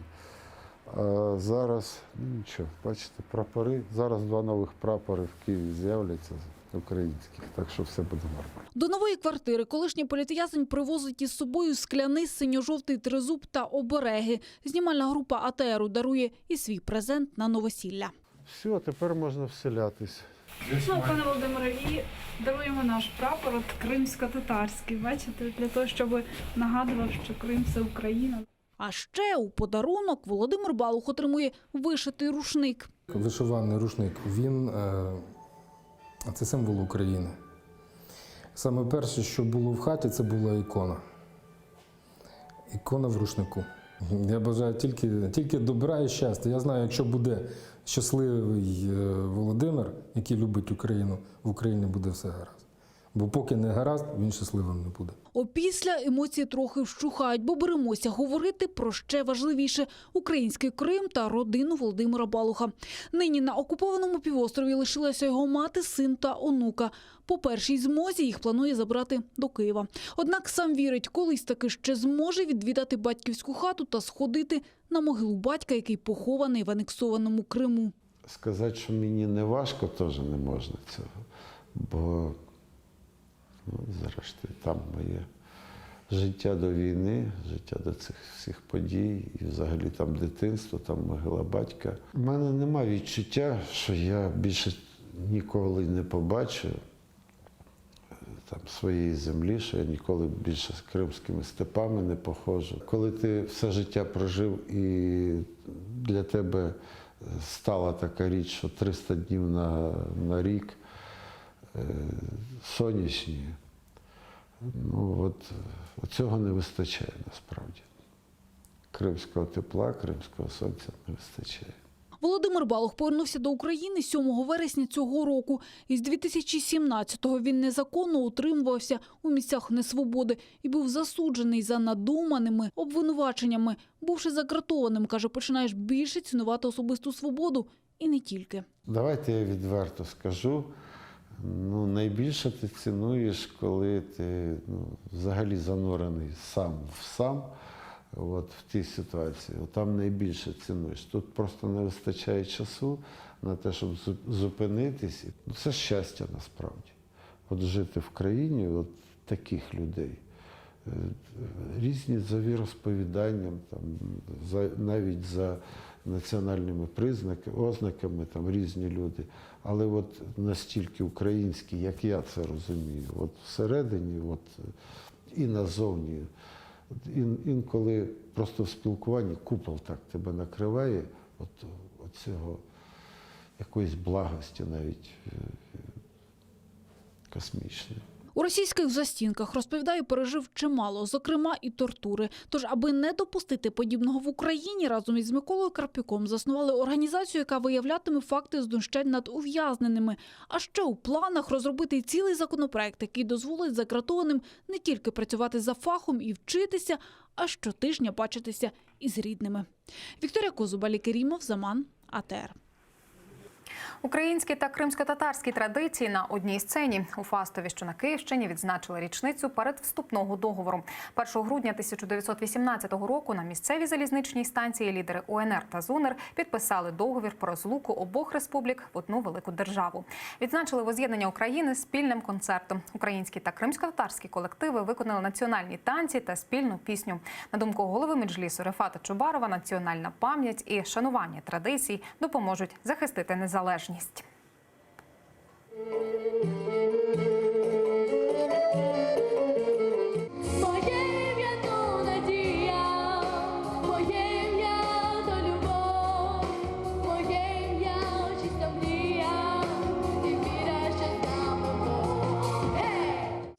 гарантію того, що цього не буде, збережеться кримсько-татарська нація, збережеться Україна, включно з Кримом. От гарантією є те, що тут, в Фастові і по всій Україні, люди пам'ятають своїх попередників. Нам зараз головне, щоб оце пробудження українське сталося якомога скоріше і щоб воно було таким монолітним.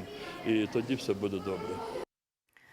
І на цьому у мене все. Вже за кілька хвилин інформаційний ранок на АТР продовжить Сейтумар Сейтумаров. Більше новин шукайте на сайті ETR.ua та найцікавіші епізоди ефірів переглядайте на нашій ютуб-сторінці. Гарних новин та залишайтеся з нами.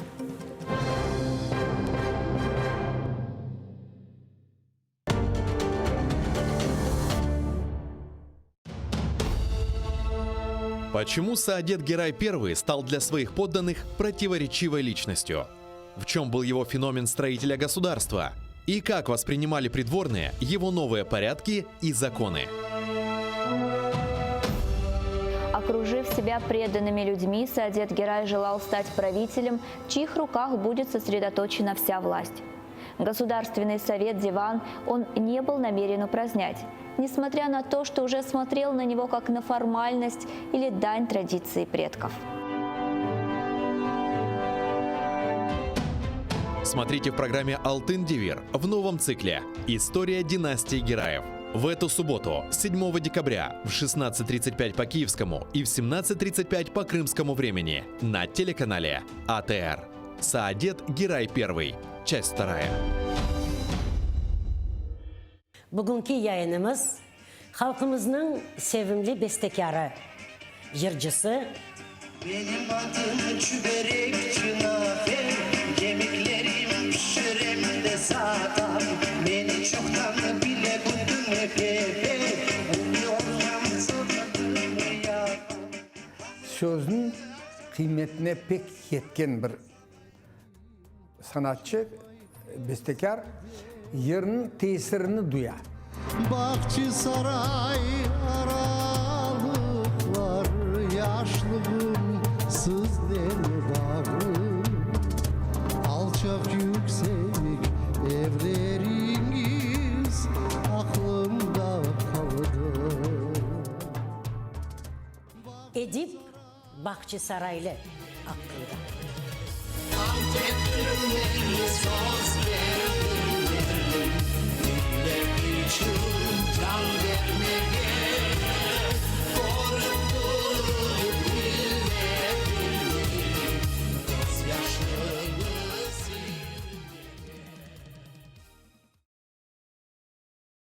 В условиях, когда крымские татары оказались чужими на собственной родине, идея консолидации народа оставалась по-прежнему актуальной.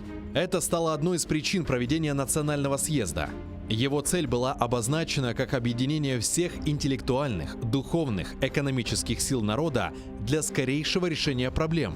Прежде всего, возвращение на историческую родину и восстановление государственности. Курултай проходил в Симферополе с 26 по 30 июня 1991 года и вошел в историю как второй. Первый Курултай крымско-татарского народа состоялся в 1917 году. Тем самым подчеркивалась преемственность между этими событиями. Проведенный спустя 74 года Национальный съезд лучших представителей народа стал символическим проявлением победы национального движения и народа, воскресшего подобно фениксу из пепла.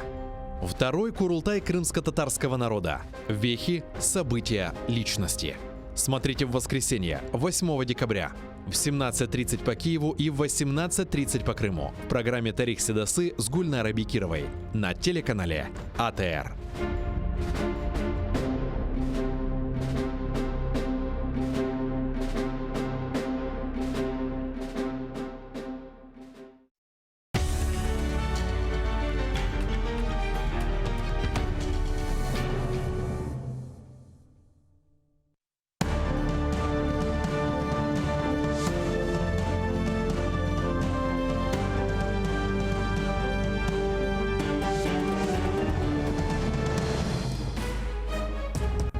Ассаляму алейкум, здравствуйте. Информационное утро на телеканале АТР продолжается. Для вас в студии работаю я, Сейтумер Сейтумеров. И во втором блоке нашего утреннего эфира наш гость, эксперт Украинского института анализа и менеджмента политики Владимир Воля. Доброе утро, Владимир. Доброго здоровья всем, салям алейкум. Владимир, и начнем с Соединенных Штатов, об импичменте поговорим. Конгресс Соединенных Штатов Америки сегодня рассмотрит доклад по расследованию в рамках процедуры импичмента президента Дональда Трампа. Об этом сообщает Политика. Члены комитета по разведке Палаты представителей начнут изучать доклад по расследованию попыток Трампа давить на Украину для проведения расследования против его политических противников, демократов. Говорится в сообщении, ожидается, что уже сегодня представители Демократической партии поддержат соответствующий документ, который станет важным шагом для процесса импичмента. Владимир, и опять мы видим, что вот эта история закручивается, хотя многие аналитики говорят, что импичменту не быть, но зачем все-таки вот эту историю вот раскручивают?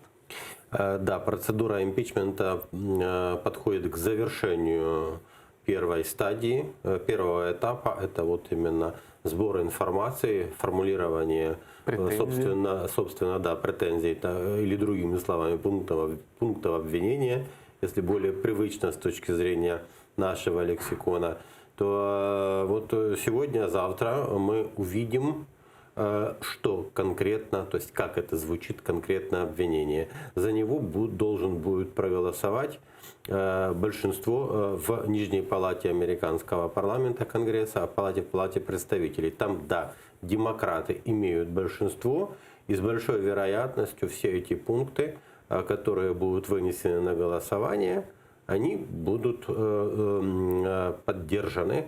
А вот дальше Верхняя палата Конгресса, Сенат, вот она будет выполнять роль, собственно, суда.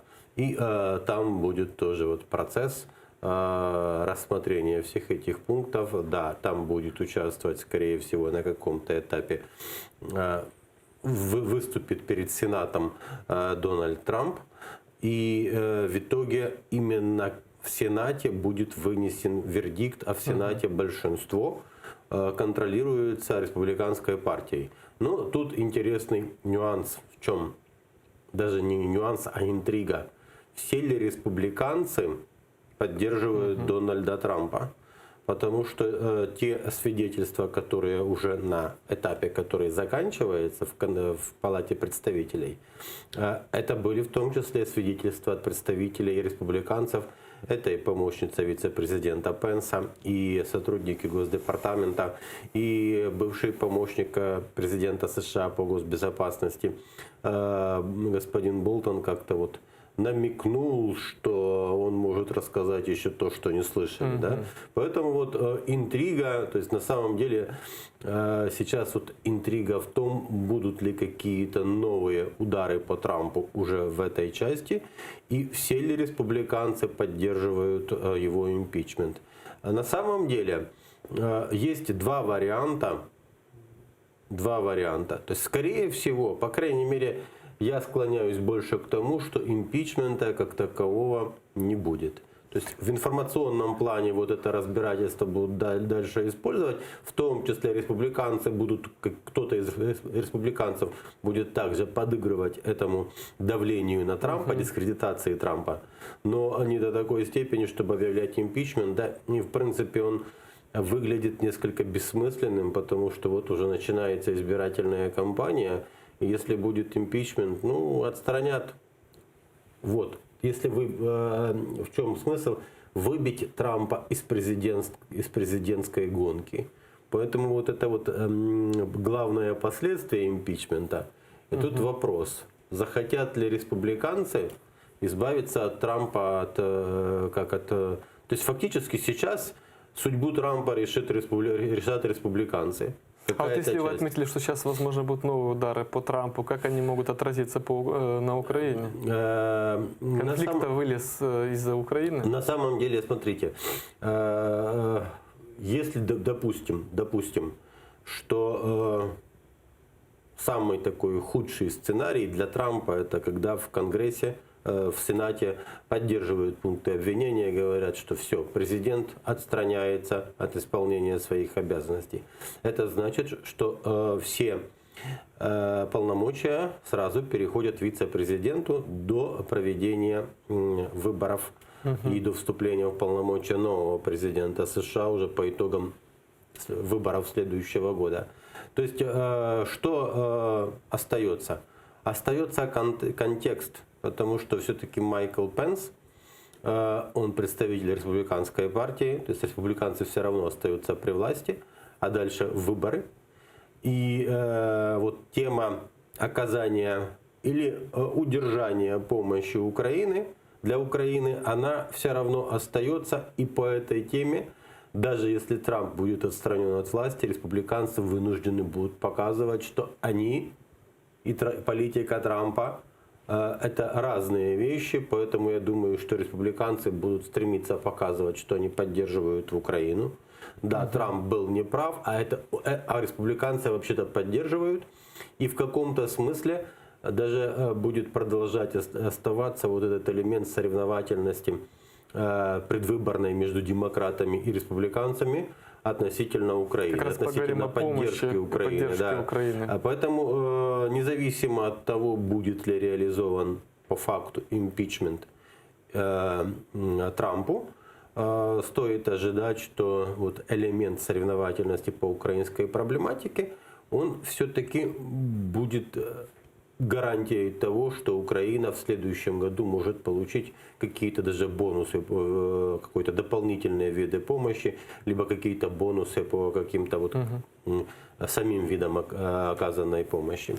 Перейдем к этой теме. Американское издание Washington Post обратилось к руководству США с призывом изменить политику в отношении Украины, заявляя, что отсутствие поддержки может иметь крайне негативные последствия. Об этом говорится в статье The Washington Post. В Конгрессе остается прочная поддержка Украины, в том числе среди республиканцев, которые защищали Трампа. Они должны давить на президента Трампа и госсекретаря Помпео, чтобы те восстановили поддержку Украине, говорится в статье. Издание отмечает, что сегодня президент Украины Владимир Зеленский столкнулся с решающими вызовами. Он пытается заключить новое соглашение с МВФ, а также планирует встречу с Путиным, Макроном и Меркель 9 декабря. Послушаем отрывок со статьи Washington Post. Все це значно послаблює позицію Зеленського, особливо на тлі того, що він планує зустріч з президентом Росії Володимиром Путіним, канцлером Німеччини Ангелою Меркель та президентом Франції Еммануелем Макроном. Останні двоє, ймовірно, будуть тиснути на українського лідера, аби він пішов на поступки російському диктатору. Адже така угода дозволить їм відновити торгівельні відносини з Москвою. Ну вот The Washington Post уже как бы открыто говорит про Путина, что он диктатор и что Украине надо помогать. А каковы перспективы этой помощи? И можно ли сказать, что, простите, что Украина лишилась поддержки в лице Макрона и Меркель? Что касается поддержки со стороны США и вот этой публикации, я думаю, это очередной элемент информационной войны против Трампа. Возможно, таким образом снова оппоненты Трампа сделали тому повод такой информационный, да, встреча нормандской четверки, ну скажи что-нибудь. Да? То есть и вот сказал, не сказал, если сказал что-то неправильно, недостаточно четко, значит это еще один аргумент в пользу того, что Трамп не любит Украину, да, и скажет, ты не поддержал. То есть фактически вот это обращение, оно уже уже содержит в себе элемент обвинения, если говорить контекст внутриамериканских событий, о которых мы говорили вот чуть ранее, да? В контексте этой кампании демократов и вообще оппонентов Трампа по его импичменту, вот даже вот это обращение выглядит как как своего рода обвинение с целью в форме призыва, да, все-таки это Украины касается, импичмент по какой теме. Поэтому это элемент информационной кампании, то есть один из инструментов по оказанию давления на Трампа в более широком контексте. Что касается Макрона и Меркель, то вы поймите, Меркель, немецкое руководство не раз заявляла, что санкции, введенные против России, могут быть устранены, сняты только в том случае, если будут устранены причины, по которым эти санкции были введены. Я слышал тоже такую версию. Ну, смотрите, вот надавят они на Зеленского, чтобы тот пошел на уступки Путину. Да, урегулирование на Донбассе достигается, то есть получается, что санкции тоже теряют смысл, потому что проблема решена, да, российское вмешательство остановилось таким образом, да. Но опять-таки, что значит российское вмешательство остановилось? Вот тот формат, особого статуса, на котором настаивает Российская Федерация, то это формат, который как раз позволяет осуществлять вмешательство, влияние на украинскую внешнюю и внутреннюю политику на постоянной основе. То есть это фиксация российского вмешательства, формализация российского вмешательства посредством украинского законодательства. То есть не прямо, но именно так выглядит. Поэтому тут на самом деле вот то, на чем настаивает Россия, формат особого статуса, вот это не устранение причин, которые вызвали санкции. Это вмешательство в дела Украины, внутренние дела Украины, в первую очередь. Прямыми и непрямыми методами, но тем не менее. А вот продолжение вмешательства будет только другими способами.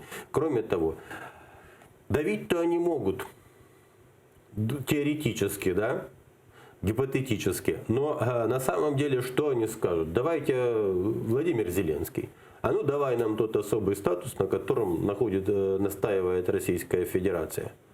Но Владимир Зеленский у нас не законодательная власть. Вот все вот эти пункты, они должны быть реализованы посредством законов, которые принимаются в украинском парламенте.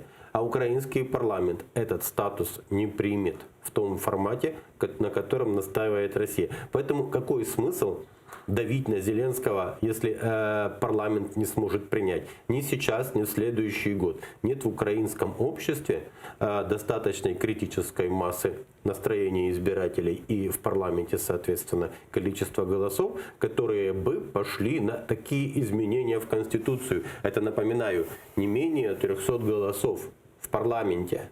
Поэтому давление вот такое кардинальное, оно выглядит бессмысленным. Не будут Франция и Германия давить на Зеленского, вообще на украинское руководство, независимо от персоналей, чтобы они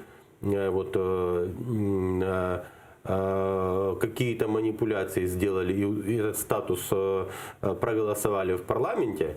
По одной простой причине, что это приведет к эскалации внутреннего противостояния в Украине, а это будет означать крах всего, во что инвестировал Евросоюз в Украину, да, в том числе посредством подписания соглашения об ассоциации. То есть это будет крах проевропейского проекта, любое такое радикальное противостояние. Поэтому давайте нет смысла. Перейдем к нормандскому формату. Да. Встреча президента Украины Владимира Зеленского с российским лидером Владимиром Путиным в Париже состоится, но ее формат будет известен ближе к дате саммита Нормандской четверки. Об этом заявил в воскресенье пресс-секретарь президента Российской Федерации Дмитрий Песков, сообщает ТАСС. Так чи інакше, Путін і Зеленський поспілкуються. У разі Путіна і Зеленського це набагато важливіше, ніж антураж зустрічі. Яким буде антураж, яким буде формат? Напевне, про це буде досягнуто домовленості вже ближче до самої зустрічі. Можна припустити, що це буде зустріч не заради того, щоб все завести в глухий кут, а щоб дійсно спробувати знайти якісь розв'язки. Ну, вот, на мой взгляд, ключевые слова, то есть позиция, взгляд российской стороны на эту встречу. Ну да, встретимся, поговорим. О чем? И, кажется, из этого одного заявления можно делать выводы, что какому-то существенному продвижению вопросов решения данного конфликта не предвидится. Но хотя Зеленский почему-то продолжает надеяться, что вот что-то она даст, эта встреча. Да, звернув би увагу, не завести в глухий кут. Да, то есть не завести в тупик. Это значит что? А это значит все та же история вокруг заявлений о том, что Украина может выйти отказаться от выполнения Минских соглашений. Поэтому вот эти слова, то, что процитировали Пескова, это еще одно подтверждение моего предположения, что вся эта встреча нормандская обрела для России смысл после вот этих заявлений о возможном выходе и обрела смысл в качестве инструмента, где они попытаются вот показать, с помощью которого попытаются показать, как они вместе со всем Западом принуждали Украину не отказываться от Минских соглашений, а подтвердить приверженность этим соглашениям. Поэтому данная встреча будет посвящена в целом, да, главный смысл этой встречи, главный вопрос – это дальнейшая судьба Минских соглашений, вторых Минских соглашений. Что будет с ними дальше? Будет ли Украина отказываться от выполнять какие-то моменты или не будет? Ну и если говорить о том, что вообще какие встречи могут быть, смотрите. Кстати, если говорить о смыслах, то я уже в прошлые разы в эфире у вас говорил, что президент Зеленский вообще считает сам факт встречи уже победой. То есть получается так, что все уже пиарятся, то, что это победа. Россия вот информационную кампанию разворачивает свою, да, вот смотрите, вот будет принуждение Зеленского к миру.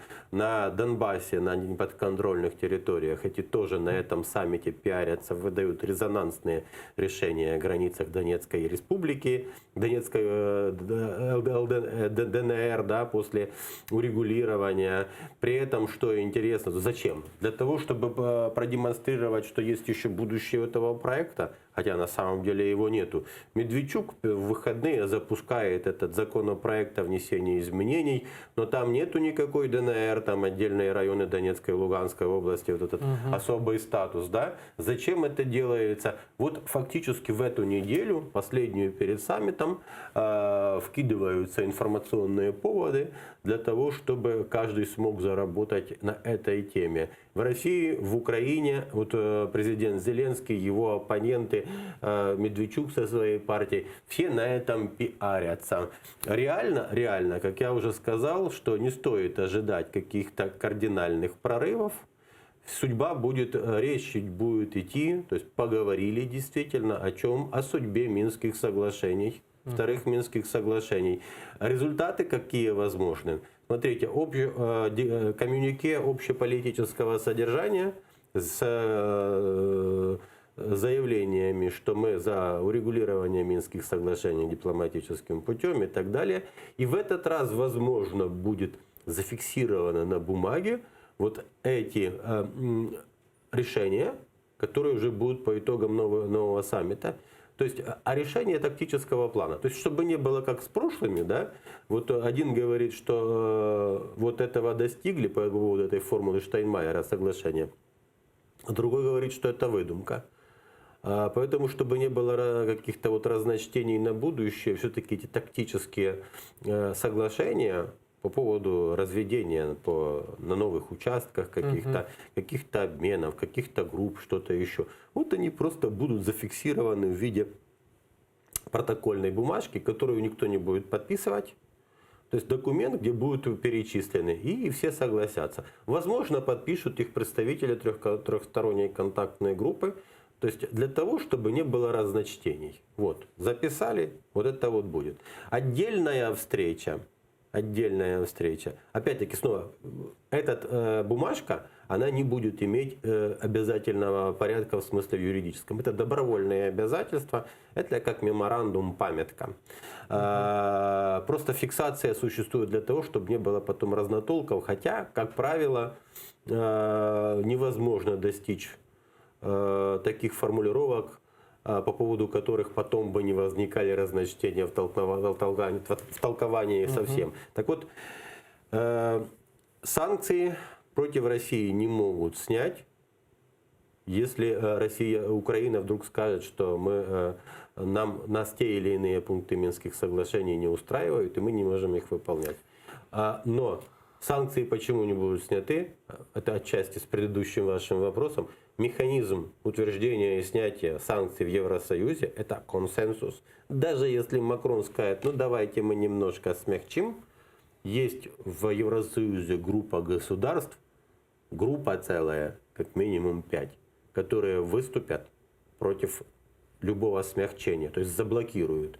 Поэтому снятие санкций против России до тех пор, пока не устранены причины, по которым эти санкции возникли, невозможно механически. И перейдем к обсуждению, возможному обсуждению вопроса Крыма на нормандской встрече. Если на нормандской встрече не будет упомянут Крым, это станет большим подарком Путину. Такое мнение выразил председатель Меджлиса крымско-татарского народа Рифат Чубаров в інтерв'ю «Голос Америки».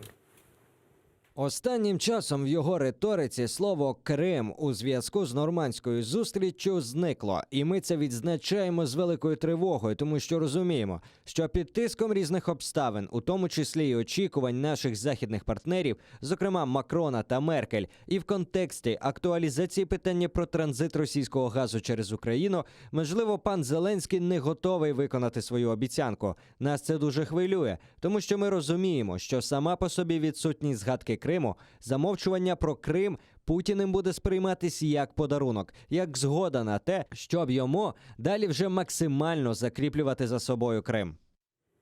А вот президент Зеленский неоднократно заявлял, что стремится достичь мира с Российской Федерацией. Именно это он и собирается демонстрировать на предстоящей встрече лидеров нормандской четверки. Для Зеленского мир с Россией – это возвращение всех пленных и прекращение огня. Об этом в интервью Deutsche Welle рассказала экс-замминистра иностранных дел Елена Зеркаль. Такие стремления главы государства Зеркаль считает целесообразными, однако говорит, что просто не верит в подлинность намерений президента Путина. Цікаво також, як ми будемо досягати цієї дружби, на яких умовах. Якщо президент Зеленський говорить про те, що ми забезпечимо територіальну цілісність і суверенітет, то це одне. Але в мене виникають великі сумніви щодо того, що Путін погодиться на те, що Крим не їхній. И вот первый вопрос того, что мы услышали от председателя Меджлиса крымско-татарского народа Рифата Чубарова.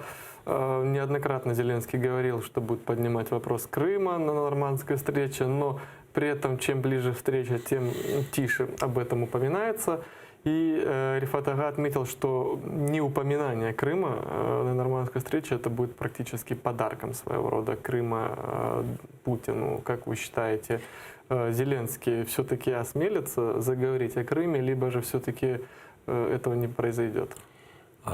Я не исключаю, что все-таки хоть краткий разговор о Крыме будет во время саммита Нормандской четверки. Ну, он только начнет его, Путин скажет, мы Крым не обсуждаем. Что дальше? Ну, я не думаю, что вот все будет происходить в таком формате, только что вот Зеленский только скажет про Крым, тут Путин будет подниматься и уходить куда-то, да? Я вот как я себе представляю, что это может быть. Смотрите, на самом деле саммит состоит из трех мероприятий. Там сам саммит, обед и брифинг, пресс-конференция. Вот плюс, возможно, еще будет встреча двух президентов. Отдельная, да. Но я так понимаю, что тут два сценария. Что если саммит будет слишком эмоциональным и бурным, и он будет затягиваться и будет продолжаться в формате обеда, и после него, то есть не завершится вовремя, а завершится за полночь, то тут тогда вопрос, будет ли двусторонняя встреча. Но тем не менее, вот в варианте саммита самого я не вижу препятствий уже потом, да, хотя бы в конце, все-таки эту тему как-то озвучить, поднять. Понятно, что российская сторона скажет, мы не обсуждаем, мы свою позицию заявили. Но сейчас, когда готовится сам саммит, да, вот, кстати, в предыдущем часе, здесь вот я слушал часть вашего общения с гостем, не помню, кто сказал, но ситуация такова. Саммит, то есть нормандская четверка, она занимается исключительно вопросами Донбасса. И учитывая позицию Российской Федерации, что мы Крым не обсуждаем, то тут как бы саммит не сорвался как таковой, да, поэтому сейчас с украинской стороны молчат. Но ничто не может помешать, если уж собрались вместе, проговорили про Донбасс, хотя бы вкратце, в присутствии Меркель и Макрона, чтобы президент Зеленский тему Крыма обозначил. Неважно, какой будет реакция, просто хотя бы одной фразой, двумя фразами, да.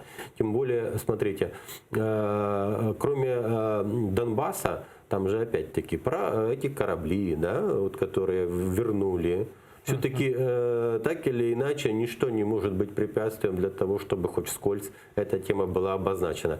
С точки зрения того, что вообще, с точки зрения вот темы Крыма важно во время этих мероприятий, даже не то, что в закрытой части это будет упомянуто, этого эффекта нет. Важно, чтобы на пресс-конференции президент Зеленский там, в Париже, для мировых СМИ эту тему озвучил. То есть с точки зрения темы Крыма даже не столь важно, будет ли она звучать во время этого саммита, этого закрытого общения, да?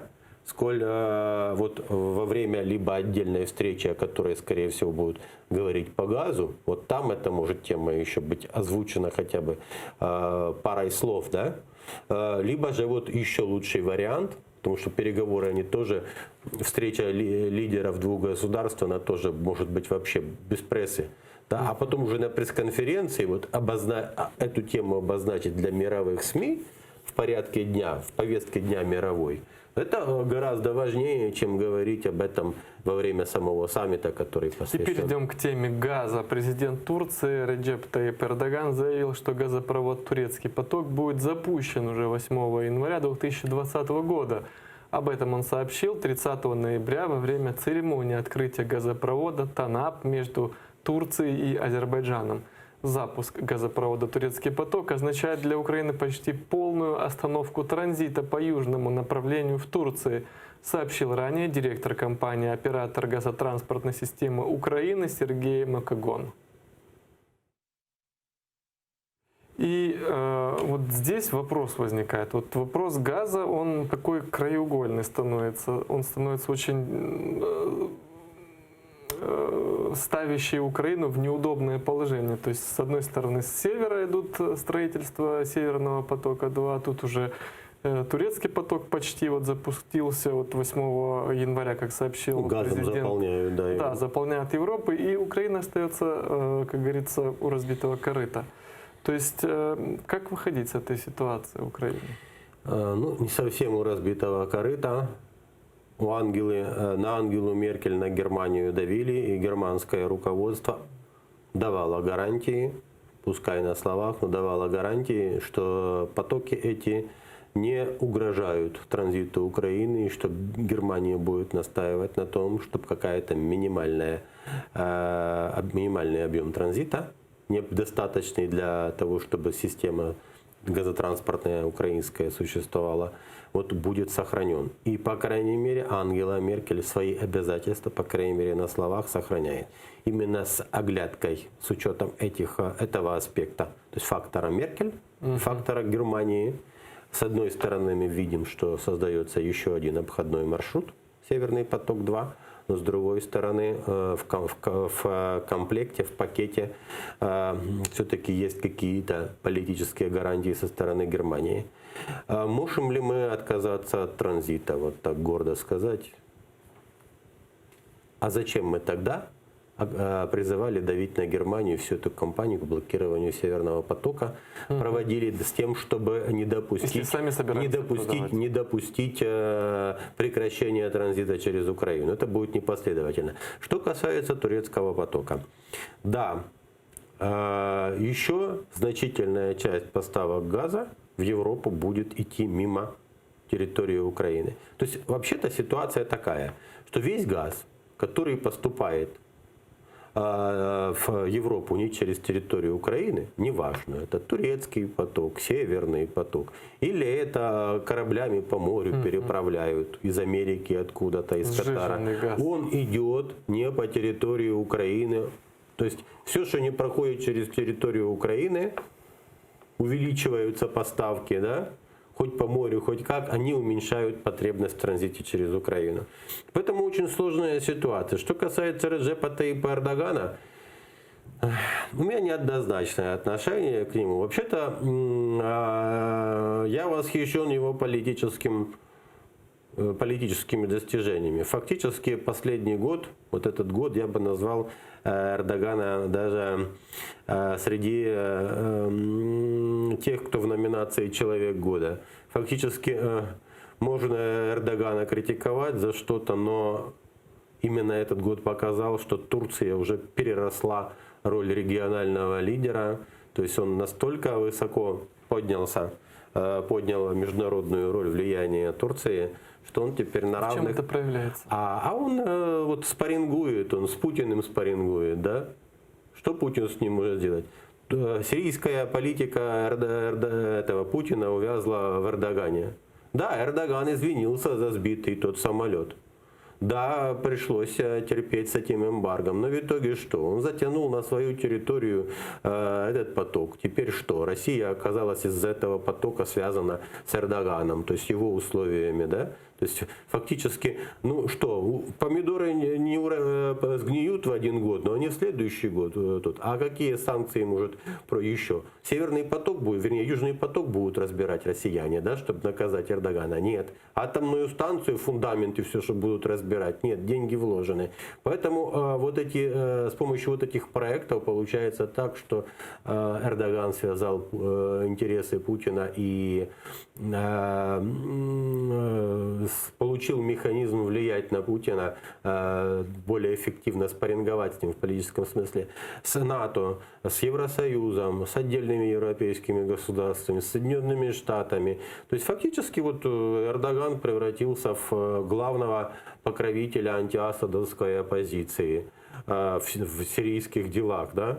Теперь он важный игрок и для США, и для арабских государств, которые против Асада, и так далее. Поэтому в истории с потоком нужно, я думаю, мы тоже зависим от Эрдогана. Вот про турецкий поток у нас почти ничего, как в рот воды набрали. Про Северный поток, да. Вот турецкий поток раньше, чем Северный поток-2 запускается, да? Поэтому, да, боятся что-то сказать плохое об Эрдогане, чтобы, вот, не дай бог, что-то с Крымом там не нарушилось. Все-таки Эрдоган торгует с Россией, но аннексию Крыма не признает. И паромные сообщения тоже не возобновляют. И это тоже немало на самом деле. Поэтому, может быть, стоит актуализировать очень осторожно тему. Ну, смотрите, турецкий поток пошел, да? Российский газ. Может быть, как-то все-таки поможете хотя бы освободить тех людей, которые арестованы в Крыму, крымских татар, которые преследуются властью. Может быть, вы, уважаемый президент Турции, поможете, то есть сделаете такую хотя бы моральную какую-то компенсацию, да? Если уж газ идет. А вообще потребности Европы в газе, они растут и будут расти. Будут расти. Мы ничего не можем сделать с этой конкуренцией поставок в Европу абсолютно. Как я уже сказал, это и поставки по всем трубам. Вот из Восточного Средиземноморья через Грецию, Израиль, Кипр, Греция и дальше. Давайте перейдем уже к теме газа и тарифов внутри Украины. Цены на газ уменьшились, а вот тарифы нет. Почему так? Ищем пути, как снизить цену и сделать так, чтобы за декабрь украинцы получили меньшие квитанции за отопление. Платить невозможно уменьшить. Именно такими словами закончил свой пост в Фейсбуке президент Зеленский после совещания по тарифам. Давайте смотреть, как решалась проблема. За грудень місяць люди яку платіжку отримали? Високо. Що таке високо? Вищу, ніж минулого? Вищу, ні. І таку, як саме, як минулого року. А ми їм обіцяли, що вона буде... То вона не виросте. Ні, так вона ж не знизилась. Що нам, що вона не виросла? За газ знизилась. А за опалення ні. Я отримую одну за газ, одну за опалення, і в мене буде дисонанс. В законі є колізія. Ми сьогодні розберемося до кінця дня і прийдемо з Юля, люди, дивись, найголовніше, люди повинні отримати платіжку за грудень місяць, і там повинні бути вже знижені. Ну вот очередной фильм в исполнении главной роли президента Зеленского «Тарифы». То есть цены вроде как смешаются, а тарифа нет. В чем-то проблемы все-таки. И получат ли украинцы, главное, платежки за отопление в декабре меньше, чем... Да, когда-то весной, еще когда была президентская кампания, и после нее, период до инаугурации, рассказывали представители команды Зеленского, он сам, по-моему, говорил, что «а я газу вообще ничего». Это не относится к полномочиям президента. Теперь это все вот так поддают.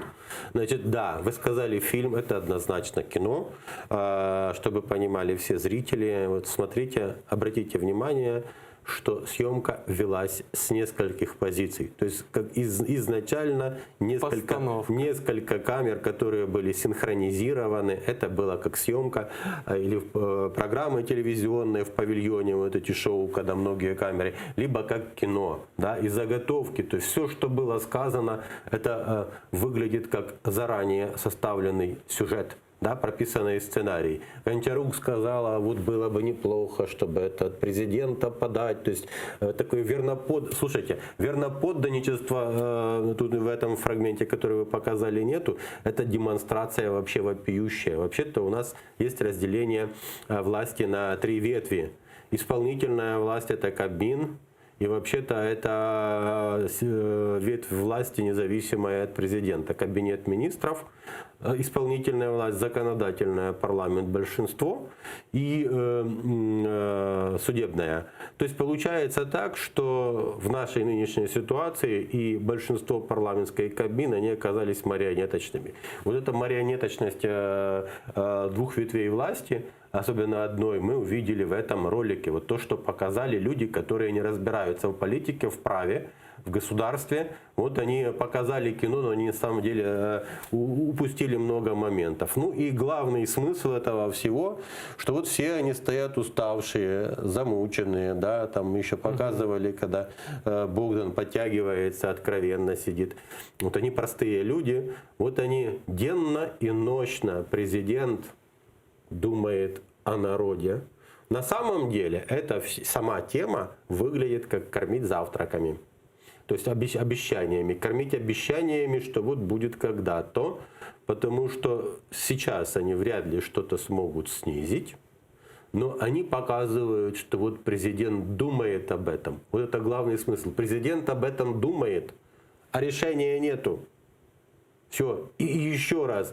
Подчеркивание, что именно президент, это инициатива президента, что это... Думать об этой проблеме, о которой должен думать не он. Чтобы подали какое-то решение от имени великого визиря, Шаха, султана, от имени великого султана Зеленского. Да, вот такое верноподданническое пиар-видео получилось, срежиссированное полностью. Я не исключаю даже, почему они уставшие. Либо это вечером поздно было, когда всех смогли собрать, наконец-то. Либо они это несколько дублей писали, устали дубли писать. То есть, когда получилось нормально. Но, судя по выражениям лиц, у президента такое, еще он говорит, на самом деле взгляд такой отсутствующий, да, он уставший, что он где-то там... А вот вы не боитесь то, что у президента Украины, реального президента, вот эта его деятельность превратится в какую-то игру? То есть вот за это лично я почему-то переживаю. Вот если в целом посмотреть, вот даже то, что касается чуть меньше международной политики, то я думаю, что у президента были наивные представления о государственном управлении, любительский человек с улицы, который с этим не сталкивался, о политике внутренней, международной и так далее. И он с этими наивными представлениями шел. А сейчас вот какое-то разочарование по многим источникам из-за того, что он столкнулся, он понял, что он пришел, он себе не так это все себе представлял, что это на самом деле и то, и это, и это, и это. Это целая масштабная сфера. Поэтому, да, они пытаются играть, но играть им становится все сложнее. То есть они по инерции используют те наработки, способности, методы, навыки, которые у них есть в информационном плане. Но игра заканчивается. Спасибо большое. Напомню, гость нашего второго утреннего эфира, эксперт Украинского института анализа и менеджмента политики Владимир Воля. Буквально через 5 минут эфир телеканала АТР продолжит Эльвина Сидбулаева и расскажет самые последние новости в программе «Заман». Мы же вернемся в эту студию через 20 минут. Оставайтесь с АТР.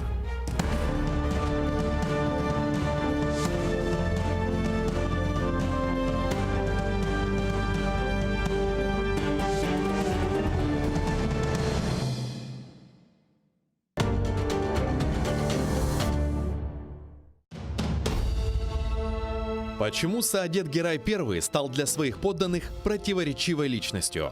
В чем был его феномен строителя государства? И как воспринимали придворные его новые порядки и законы? Окружив себя преданными людьми, Саадет Герай желал стать правителем, в чьих руках будет сосредоточена вся власть. Государственный совет Диван он не был намерен упразднять, несмотря на то, что уже смотрел на него как на формальность или дань традиции предков. Смотрите в программе «Алтын Девир» в новом цикле «История династии Гераев». В эту субботу, 7 декабря, в 16:35 по киевскому и в 17:35 по крымскому времени на телеканале АТР. Саадет Герай I. Часть 2. Bugünkü yayınımız halkımızın sevimli bestekarı, jırcısı. Benim adım çüberek çınafer, kemiklerim şiremde sağlam. Beni çoktan bile buldun epepe, umuyorum sormadığımı yapan. Sözün kıymetine pek yetken bir sanatçı, bestekar, yerinin tesirini duyar.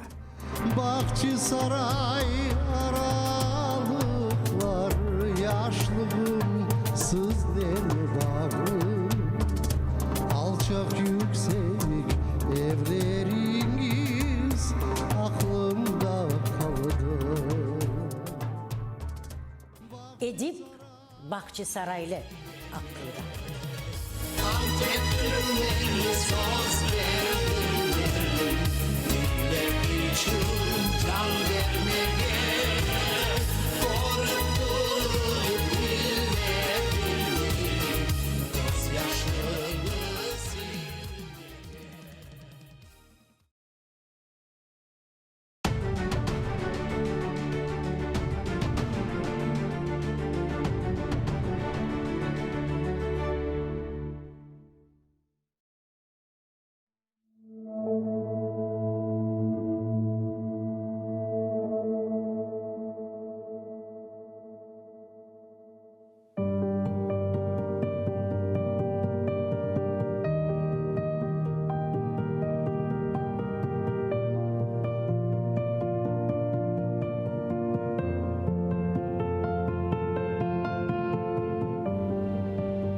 Қырым татарым, bu büyük bir gururumdur.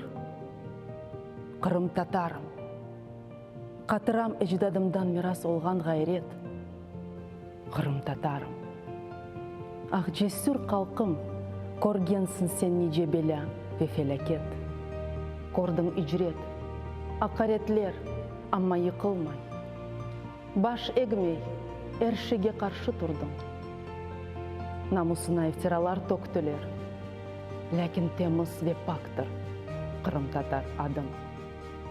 Kırım Tatarım, yüreğim kuneştir. Bulut örtse bile sevem halkımızını. Korku bilmez, saf gönüllü, cesaretlisiz. Men temenna etem ogumuzda. Sorar ise menden biri, sen kimsin? Söyle halkın tertip nizam ve adetini. Aytırım. Bu büyük bir gururumdur. Şükür. Kırım Tatardır milletim.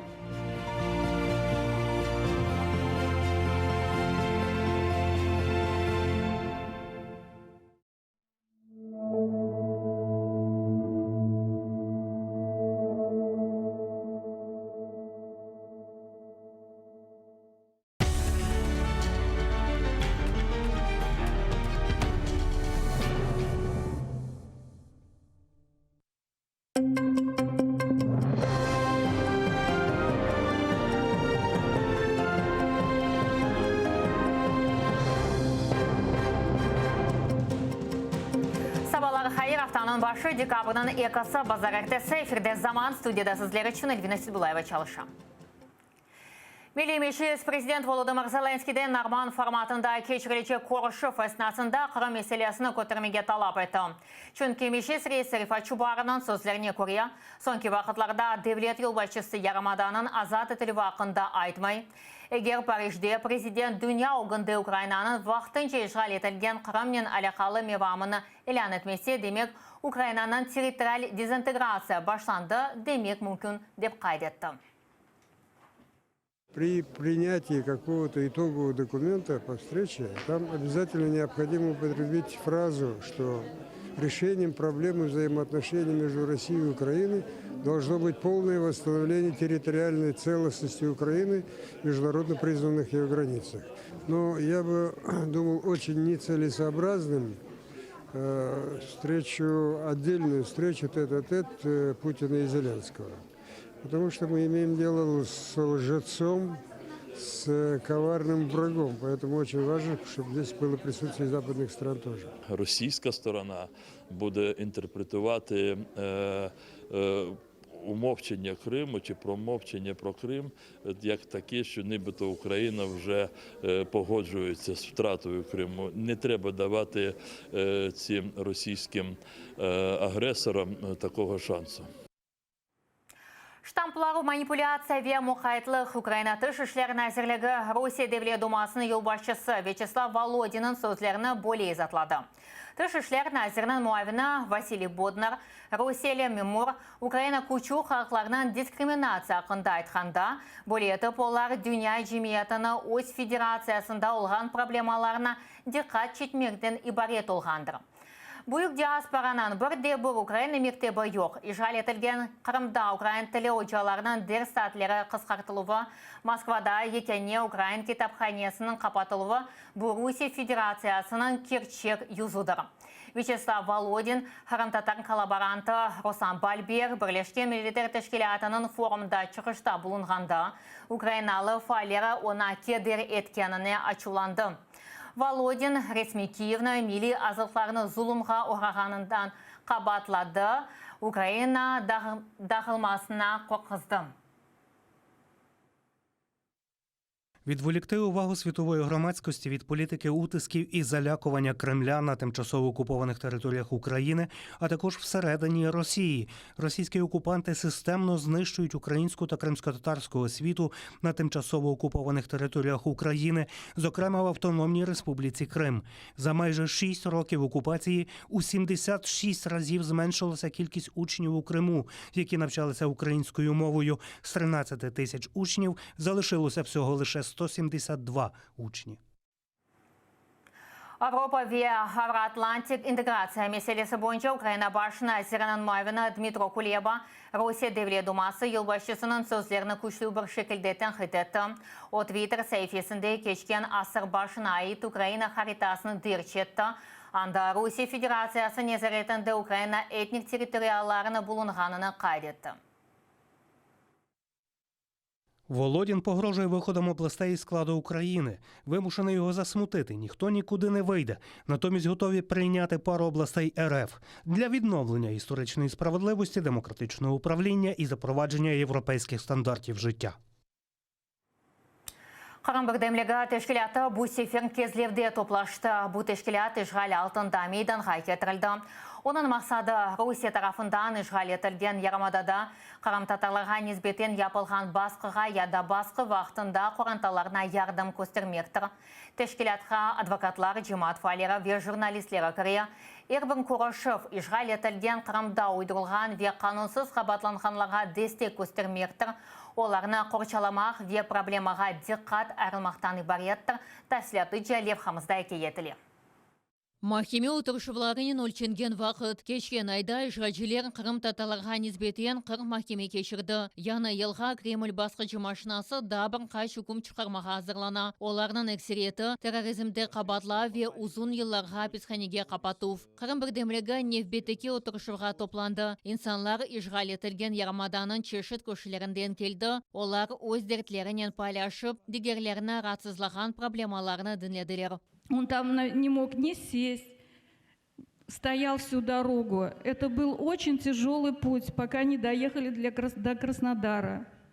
Там его поместили в карцер на 3 дня. Он там 3 дня находился. В карцере бегали огромные крысы. Нияр Ибрагимованың оғлы Тимурны ижғачилер 2017 сенесі октябрь айында қанусыз шекілде незарет алтына алған еді. Тимур Ибрагимов екінші бақшысыра группасы денелген ішінің фигуранты ола, Вехизбу Тахир тешкілятына алақасы олғанында қабатлана. О ишғал етілген Қырымдан Ростовға кешірген вақыт, описхане хадимлері она дайыма басқы япалар. Она куфленген аш бері верухи хасталығы олған инсанен бірабер бір камераға қапаттылар. Оның бүтін илежілары елінден чекіліп алынды. Ишғайчилер бұны дайыма суреті япалар деп қайдеті адвокатлар. Атта еслі башлы инсанларына біле ажымалар. Хусусан қанусы тұтылған 5 шу жүмледен Шабан Умеров, Сервет Газиев, Энвер Умеров, Асан Яников, Веджимиль Гафаров тиби болюке кешіргеніне талап еттілер. Так уж случилось, что все мои подзащитные — это люди, которые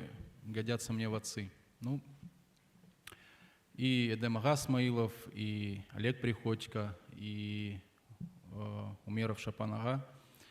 И, к сожалению, такая категория людей, она больше всего подвержена риску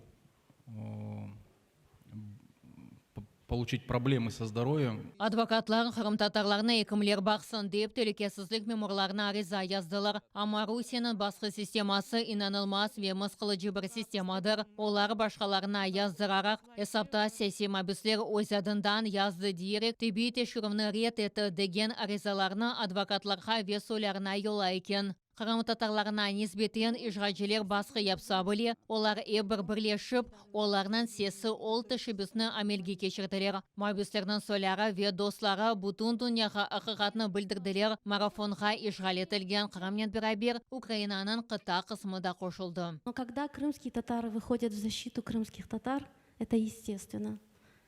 Это вполне абсолютно нормальные вещи, потому что это исходит из нашего менталитета и нашей культуры. Но когда в защиту крымских татар, мусульман, выходят представители другой национальности, представители другой конфессии, это всегда вызывает какое-то особое удивление. Тешкілят файлері сессия мабюслер или қоранталарына тек бірлік олып ярдым еті плечеклерінден ве болелекнен ижғалден кечіріп, Қырымны азат еті жеклерінден емінлер. Эльнара Меметова, Нариман Алиев, Заман, АТР. Қырым татар ве Украин медениеті бір санадан ұмайыш етілді. Киевелетінде Ерішкен Фастовда Кіріш анлашмасының елігі қайдетілді. 1918 сенесі декабрның бірінде Украина халық Жұмхриеті ве Харп Украина халық Жұмхриетінің лидерлері Ерлі Демірьол станциясында екі Жұмхриетінің бірлешмесі ақында анлашма имзаладылар. Нәтижеде бір Жұмхриет мейданға кетірілді. Бірлешу шерефіне бұй концерт тешкілетілді. Украиналы ве Қырым татар тақымлары хусусан Қырым алиясының ойыншылары санаға шығып, милли ойын төшеді ве ерладылар. Милли мешісіресі Рифат Чубаров айтқанына көрия, милли хатыра ве аненелерінің үрмет етілігі бұл бізім сербестігіміздің құртарыр.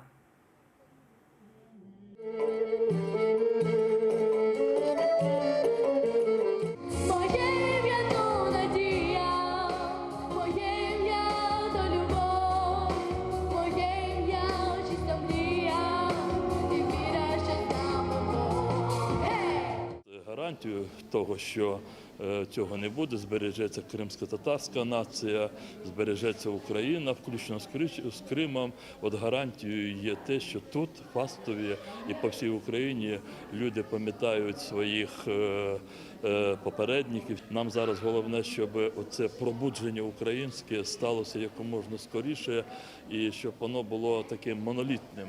І тоді все буде добре. Шымдылер бұл хаберлерінен таныш әтмеге етіштірдім. Бір сәттен сон бұл студияда көрші жеріміз. 5 жылдан сон яйнымызны Ситумеров девам етер бізілеуіміз.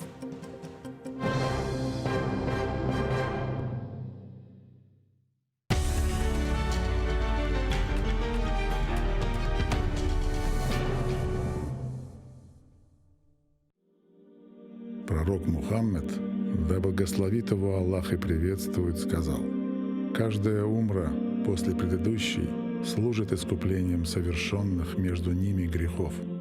Что может быть прекраснее того, чтобы совершить путешествие к двум святыням ислама в Мекке и Медине, ощутить спокойствие и умиротворение на земле, по которой когда-то ступал наш любимый пророк.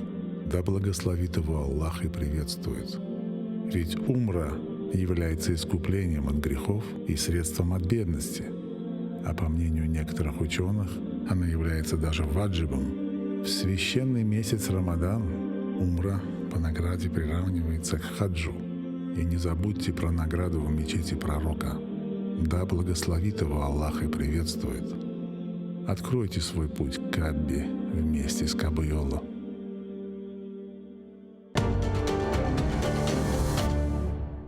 Әрбір инсанның аятында айле айры бір қыздырыcı ышықтыр.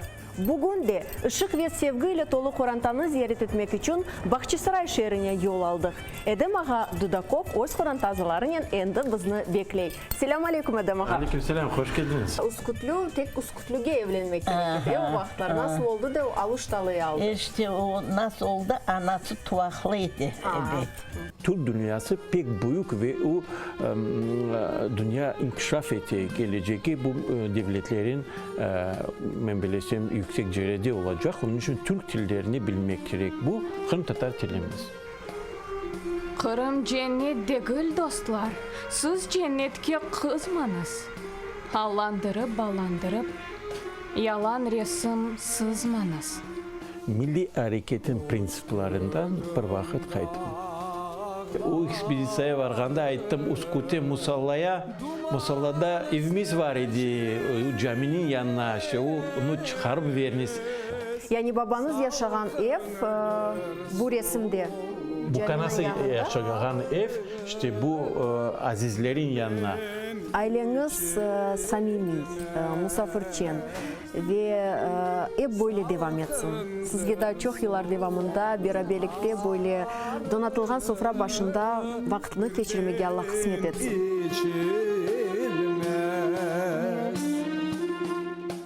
Bugünkü yayınımız halkımızın sevimli bestekarı, jırcısı. Benim adım Çüberek Çınafer, kemiklerim pişiremde sağlam. Beni çoktan bile buldun epepe, umuyorum sormadın ya. Sözün kıymetine pek yetken bir sanatçı, bestekar, yerinin tesirini duyar.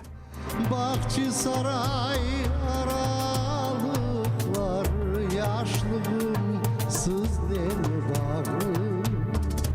Alçak yüksek evleriniz aklımda kaldı. Edip Bahçesaraylı aklında.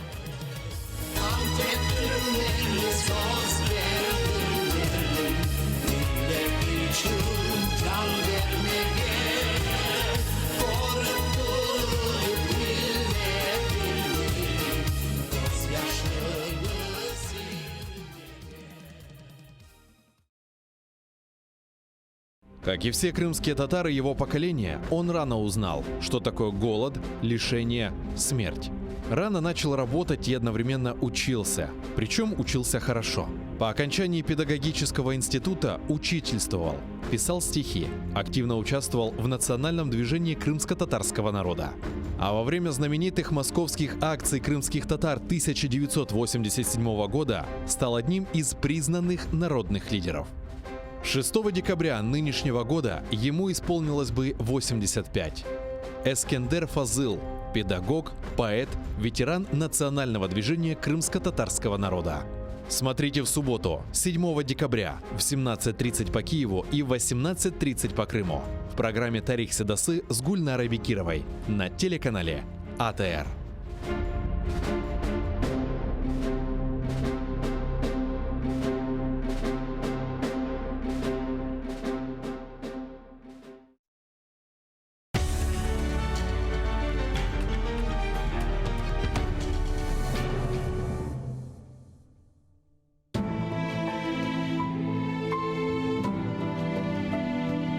Меня зовут Нияра.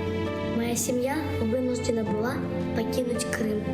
Это было утро после дня рождения моего двоюродного брата. После этого мы с ним больше не виделись. Я хочу знать, когда я еще смогу поиграть со своими братьями и сестрами.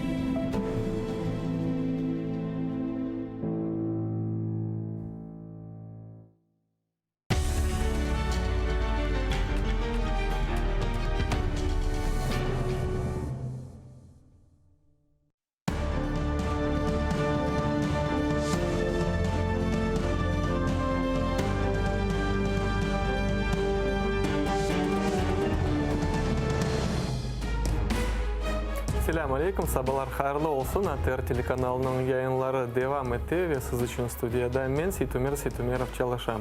Ve sabah yayınlarımızın 3. blokunda bizim misafirimiz Milli Meclis azası Gayana Hanım Yüksel. Selamun alaikum Gayana Hanım. Aleyküm selam, hayırlı sabahlar. Sağ olun, sizge de hayırlı olsun ve bugünkü bu 3. blokunda Kırım'da olup geçken sonki vakıyalarını müzakere etmek istedik.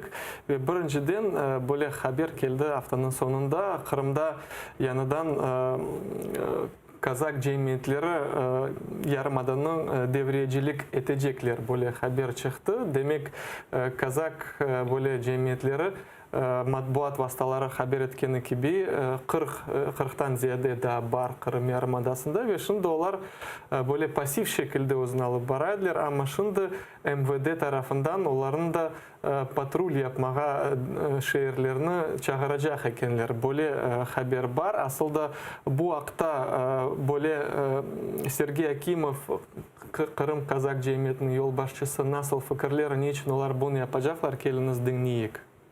Козацьке співтовариство різнорідне, а за останні 5 років ще більше відірвалося одне від одного. Нічим вони не займаються за великим рахунком. Єдине, якщо влада влаштує якісь заходи, мітинги, вони там красиво стоять і махають прапорами. Для чого ці заяви? У нас в останні роки в рази зріс рівень злочинності після того, як запустили міст. Поліція розуміє, що коли запустять поїзди, то хлине ще й потік кримінальних елементів. Швидше за все, в кінці року їм треба просто відзвітувати перед Москвою. Крім того, громади при владі стали розбігатися. Всі бачать, що вони явно нічого не роблять і дивляться на своїх конкурентів – ополчення, самооборону, яка офіційно отримала $1 мільярд рублів, не рахуючи нерухомості і всього іншого. Але навряд чи так вийде утримати козаків. Aslında Gayana Hanım, bu Rusiya siyasetinde bu Kazaklarının rolünü siz nasıl görüyorsunuz? Baksak, şimdi hatırlasak 2014 yılının senesinin vakıyaların Kırım'ı zapt etkende, onlar da çok büyük bir rolünü oynayan ediler bu oyunda. Şimdiki vakitte onların rolünü nasıl görüyorsunuz?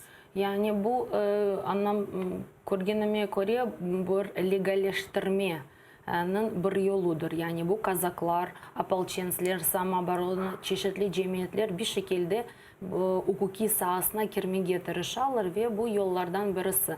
Şimdi bu konuşan adam, ekranda gösterdiğiniz adam, anladım, hatırladığım kadarıyla Kırım'da bir opozisiya. O 2016 senesinden oldu. 16 senesinde, 2014 senesinde opozisiya evet. değildi, 2016 senesinde opozisiya oldu. Yakın vakitlarda onun evinde tentuf oldu ve evet, bu mevzuğa da biz geçeriz. Ve ona karşı bir şeyler anda yapıldı. Aslında ben pek böyle sakıncalı bu işe bakam deyip aytsam yanılmam. Çünkü açıkçası bu tür cemiyetlerin kültürü olsun, tarihi olsun.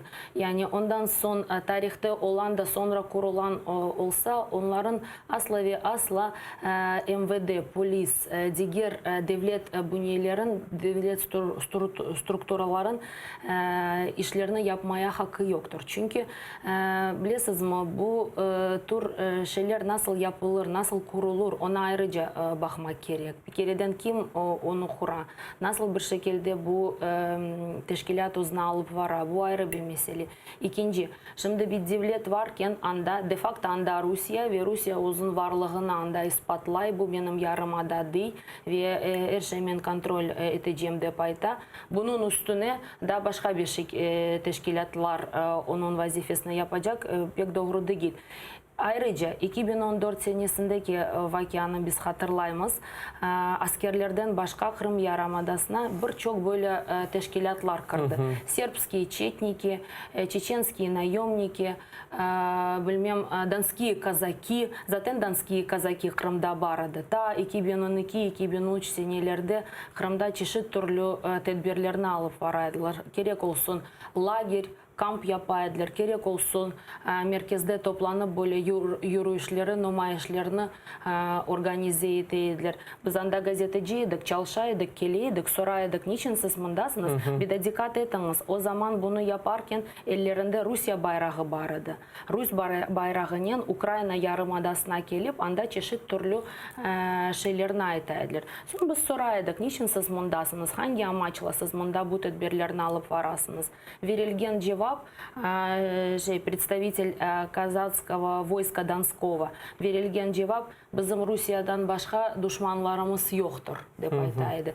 Ya sen Ukrayna'ya geldin, mında insanlar yaşay, sana karşı kimse bir şey yapmay. Sen gelir gelmez emen düşmanlar dep laf etmeye başlasan demek ki senin amaçların, senin gayelerin pek yaxşı değil. Onun için ve ayrıca da bu insanlar, bu tür insanlar o vakıyalarda nasıl yer alaydılar, nasıl özne alıp varaydılar, ona da bakmak gerek. Birinci kurbanını hatırlayımız. O Samobrona tarafından meydandan alıp varıldı ve ondan sonra birkaç gün sonra onu canlı değil Rişat Ametov cesetini taptık. Onun için bu birinci növbette anda Yarımada'da var olmak için, onu ispatlamak için, bir yerini almak için bir teşebbüsler, ikinci asla ve asla hoş bir şey değil. Bir polis varsa, onun yanında çeşitli böyle teşkilatlar olsa nasıl olacak? Bir insan, yaşayan bir insan kime bakacak, kime güvenecek, kimin tarafından güvenliğini koruyacak? Ya bu doğru değil. Aslında bu tehlikeli mi yok mu? Çünkü bilmem ne için şimdi işgalciler bu Kazak cemiyetlerini şimdi böyle devrecilikte de iştirak etmeye davet ettiler. Ben bilsem onlar çok davet etmeseler de bunlar özler böyle işlerini yapmaya tırışırlar. Siz hatırlaysınız Samobrona tarafından 2014 senesinde pek aktif olanların bir kısmı Kırım'da sözde hükümetke de kırdı. Anda Aksionov'un yardımcıları o Samobrona'nın temsilcileriydi. Ve onlarını böyle bir şekilde davet etmek, ben bilsem pek de davet değil. Yani bunlar istiyorlar devlette ve hakikaten izinlerini verilen tarafından yok degen bir cevap gelmiyor. Ama doğru değil. Şimdi bakınız bir polis varken, aytkanım gibi bir polis varken birkaç tane teşkilat olacak. Onların ellerinde silah olacak. Onların ellerinde belli bir güç ve akları olacak. Onların ellerinde belli bir kontrol olacak ve nasıl bir şekilde vaziyet o zaman kontrol edilir. Ve ne tacipli, ende 2014 senesi Rusya'nı kullanıp karşılayan insanlar neni tasdiklaylar. Bu şimdiki vakitte Kırım'da kriminal taraftan vaziyet yıldan da finalaşa ve böyle bir adım buna karşı bir hareket gibi görürler. Ne içindir? Çünkü bütün Rusya'nın kriminal teşkilatları şimdi başladılar Yarımadaga kirmege ve bu Kazaklar onu toxtatıp olur mu? Evet, toxtatıp bolalmazlar. Kırım 2014 senesinde işgal edilen ve Rusya içerisine giren, daha doğrusu zorluk görsetilgen Rusya'daki bazı elementler için, bazı insanlar için bir fırsat yeri. Gerek olsun kariyer tarafından ve devletteki böyle üsme fırsatını alsan, gerek olsa biznes tarafından, ayrıca kriminal elementlerde Kırım'ını böyle bir yer gibi, faaliyet yerini gibi görürler. Dolayısıyla bu beklenilen bir şey. Siz hatırlaysınız 2014 senesinden son birçok Rusya maşinaları Kırım'a girmeye başladı. Bu ufacık bir misal. Maşinalar машиналары. O машиналарын arasında hem utopleniki, hem böyle bozuk olan, satılmagan, bilmem ne çürük olan arabalar hepsi Kırım'a hücum edildi. Bu tek örneklerin birisi. Onun kaç tanesi var ve demek ki afsuski beklenilen bir şey. Ben 2014 senesinde yapılgan prognozlarını hatırlayayım. Ve bu prognozlardan birisiydi. Yani hukuki tarafından, insan hakları tarafından bu yer kontrol edilmez. Ve bunun meyveleri, neticeleri şimdi tek tek çıkar. 2016 senesinde, şimdi ondan sonra asla ve asla bu tür teşkilatların resmi yapılması, böyle kabul edilmesi doğru değil. Ve şimdi angan insanımız Sergey Akimov, bu Kırım Kazaklar Cemiyeti'nin yol başçısı, geçken haftanın sonunda onun evinde de tintuvler olup geçken ve onu haber etkenine göre terrorizm ve ekstremizm tarafından şimdi istiler iş açma, dava açma. Aslında bir tacipli şey, bu insanlar, bu gavşagan insanlar 2014 senesi Rusya'nı kovanıp karşıladılar, Samooborona'da iştirak ettiler ama 2 yıl geçmeden 2016 senesinden galiba bilmem akılları başlarına kırdı mı ne mi başladılar böyle opozisyon taraflarını tutmağa. Kırım işgalci hakimiyetine aksiyonu ve onların komandası takımına. Bu neden bağlı ve böyle bu bir iki insan değil, böyle çok insanlar. Neni onlar Rusya'dan görmediler de kim onlarını bekleyenler ende başlayırlar oğa karşı çıkmağa. Neni yapmadı Rusya? Nasıl aytkan sözlerini yerine getirmedi? Şimdi sizin sualınızda bir şeye dikkatini çekmeye istedim. Şimdi anlamadım bir nokta. Bu insan demek ki Rusya hükümeti tarafından ekstremizm ve terörizm maddelerden suçlanacak bir taraftan, diğer taraftan böyle bir teşkilat kurup haklarını alıp insanlarını koruyacak. Yani bu nasıl bir vaziyet? Birbirinin çelişkili ve birbirine böyle asla ve asla doğru göstermegen bir vaziyet. Bu şahıs hakkında айтмаға isteyim ve dikkatini çekmeye isteyim. Şimdi umumi Kırım meselesini alganda, hakikaten Kırım'da son vakitlarda, yani böyle tahmini 2016-17 senesinden son ondaki rejimge karşı çıkan insanlar peyda oldu ve bu insanlar biz pek yaxşı hatırlayımız 2014 senesinde pek böyle aktif rolünü aldılar. Zubkov olsun. Zubkov, Gayvaronski. Şimdi bu adam, ondan sonra birkaç adam Kırım'da olgan pek sesini çıkartmagan ama hayal kırıklığına uğragan ve pişmanlığını duyan insan. Bunlar ne bekleydiler? Bunlar nasıl bir şeyini bekleydiler? Şimdiki dünyada, şimdiki toplumlarda, hükümetlerde hiçbir şeyden boşluktan alınıp da yapılmaz. Olmaz. Yani bunlar Rusya tarafından verilen vadeler, verilen böyle umutlar bir hayal meyveleriydi. Hayal. Çünkü Rusya o zaman aytaydı. Ben alam 84. 85. subjekt, demek ki Kırım ve Sevastopol ve onların en yakın zamanda böyle vitrin yapacağım, gösterme bölge yapacağım. Herkes bunda gelip şaşıp kalacak. Ne kadar güzel ve ne kadar gelişmiş, ilerlemiş, ne kadar böyle ekonomik tarafından gelişken bir bölge olacak. Mümkün değil. Sanksiyalar altından. Başka işlerden uğraşalır. Ukrayna'dan savaşalır, Suriye'den savaşalır, başka problemler var. Rusya'daki umumi durumu alacak olsan 85 subjektten sadece birkaç tanesi, şimdi yanlış hatırlamasam 10-12 tane özünü kurtargan. Diğerler dotasyonlu, yani federal bütçeden yardım algan. Bu vaziyette siz bir bölgeyi zapt etseniz, bu bölgeyi vitrin olarak nasıl göstereceksiniz? Demek ki bunun neticelerini biz şimdi alamız. Verilgen sözler, verilgen vadeler, biz de zaten bunu anlayımız, propaganda şeyleriydi ve onlar yerine gelmedi. Ve insanlar bunu korup hakikaten hayal kırıklığına uğraylar. Ben tek bunu anlamayım. Zaten 2014 senesinde vakalar ne kadar tez geçse siz hatırlarsınız. 2 hafta içerisinde Kırım zapt edildi. Ondan sonra haksız tanımayan, dünya tarafından tanımayan referandum geçti. Ondan sonra oraya Rusya geldi. Ne kadar kısa da olsa o zaman prognozlar yapıldı, aytıldı, mümkün değil. Ve tek Ukrayna tarafından değil veya Batı ekspertler tarafından Rusya'da çalışan bilim adamlar, ekonomistler, politologlar bunu aytaydılar. Siz ne istiyorsunuz, nasıl, ne bekliyorsunuz? Haydi bir sene siz öyle bir şey yaptınız, bütün Rusya'dan aylıklarını kesip Kırım'a bu paralarını aktardınız, anda insanlara bir şeyler verdiniz. Kuzde kırmak için. Ama ende kuzde hepsi kesildi. Böyle aylıklarını da yükselttiniz. Hem bunu Ukrayna'daki aylıklarının kıyaslap pek güzel bir şekilde herkese tanıttınız. Ama devamı olmaz. Özüne çalışmasa, ekonomi tarafından bölge özünü kurtarmasa nasıl olacak?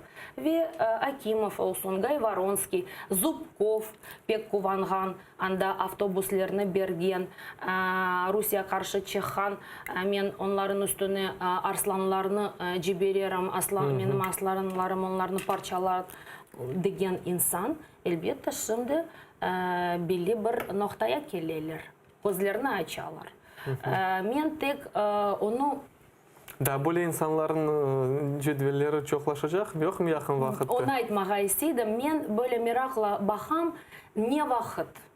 Bazıları 2006 senesinde, 17. senesinde Kırım Tatar Milli Hareketini alsanız, Kırım Tatar halkının vaziyetini alsanız, o zaman da aytıldı. Devlette ketken insanlarga sizni kullanırlar, belli bir vakit son sizni boşaltırlar işlerden. Sizi sadece ve sadece bir isim olarak, bir simbol olarak kullanırlar. Ondan sonra siz işten gidersiniz, işten olursunuz.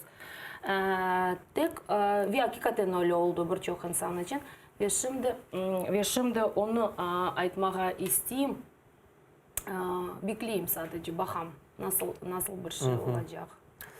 Gayana Hanım, keçken rahatlık günleri Tunion 1 dekabr günü Ukrayna'nın Kırım memuri sınırını keçkende Abdurashid Ağa Jeparovni kenede toxtatıp sorğudan keçirgenler 2 saat Abdurashid Ağa'nı tutkanlarında aslında böyle vaziyetler göremiz vakit ola. Vakit faaller, hareketçiler Kırım'dan Ukrayna'ya gelgende böyle problemlerle rast gelirler. Niçin böyle yaparlar işgalciler isterler mi Kırım'dan nasıl da adam korkup çıkmasın? Bu sebepten mi? Kontrol ettiler bir şekilde kontrol ettiler, sıkı çalışırlar. Anda bazı bölümler var, onlar Kırım Tatar meselesini, Kırım Tatarlarını pek yaxşı tanıyırlar. Bilmem şimdi bu insanlar anda kaldı mı kalmadı mı, o vakitte 2014-15 senesinde belli bir insanlar vardı, onlar bunu kontrol etmeye tırışaydılar Kırım Tatarlarını. İkinci tabii ki korkutmak, bir panik yapmak, insanın içine böyle bir şüphe koymak için yapılgan işler. Aslında sınır geçkende ben bilesem hemen herkes böyle bir prosedürden geçiyor. Birisi ayta, birisi aytmay. Bazılarını 2 saat tutarlar, 3 saat tutarlar, 4 saat tutarlar. Sorarlar, niçin çıkasınız, ne yapasınız, nasıl bağlantılar Ukrayna'nın var, Kiev'de ne yapasınız, kayda gidesiniz, bu tür şeylerini sorarlar. Ama yine de bu rahat bir vaziyet değil, bir geriden kontrol etmek için, ikinci korkutmak için. Gayana Hanım bizge şimdi Viber'ge böyle mesaj yazdılar. Okuyacağım nasıl yazdılar.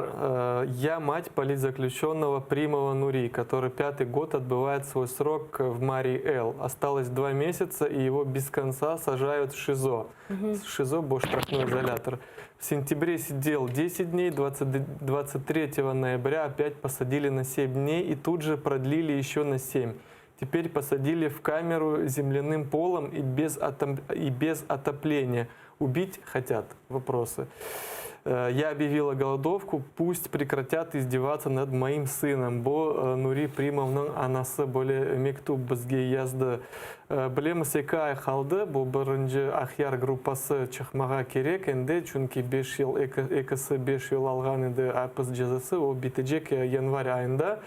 Ве более ақта нешін шекштірелер сізінже біздің ветандашларымыз, ве біз бұған қаршы не апа білерміз? Биринчиден мен Нури Примовна анасына böyle destek sözlerini айтмаға isteyim. Hakikaten çarem olsaydı herkesке tek aytar adam anda Kırımda olғанда, мұнда olғанда çıkan insanlara, analara, abaqalarına can yürekten böyle destek sözlerini айтмаға isteyim. İkinciden bu vaziyet laf edildi advokatlar tarafından Hizbut Tahrir meselesinden sözde böyle teröristik teşkilatnen uğraşkan advokatlarnen hakikaten bu birinci böyle bir precedent ve onun vakti keliyatır. Vakti keliyatır, tolayatır. Demek ki bu insan en yakın vakitte 2 ay kaldı endi. Serbest olacak. Bu birinci precedent olacak. O zaman advokatların hakikaten böyle bir korku ve şüphesi vardı. Bu insana karşı bir şeyler yapacaklar, uyduracaklar. Suçsuz yerine suçlu yapacaklar. Bir şekilde yapıp onu andaki olmasını, onun cezasını uzatacaklar. Ben şimdi kimseni korkutmağa istemeyim. İnşallah ben yanlış aytam. İnşallah hakikaten bu süre, haksız verilgen süre dolunca çıkacak. Fakat hakikaten böyle bir korku var, uzatmağa bir şekilde tırışacaklar. Çünkü bilirsiniz bu normal bir praktikanda. Gerek olsun Mustafa Ağa'nın tarihini alsak, diğer siyasi mahkumların tarihini alsak, şimdiki vaziyetini alsak, yani bunu yapıp böyle anladığım kadarıyla suçsuz yerine suçlu yapmağa tırışalır. Bakınız, manauzunu yaxşı alıp var mı? Biz onu devamlı şizoya koyamız, kartsere koyamız, bir şeyler yapamız deyip belki bir şeyler yapacaklar. İnşallah öyle bir şey olmaz. Yani çıksın da, herkes çıksın. Fakat bilirsiniz vaziyet şu anda o meselede pek böyle çözülme gibi görünüyor. Ve buna hazırlıklı ve tedbirli olmamız gerek.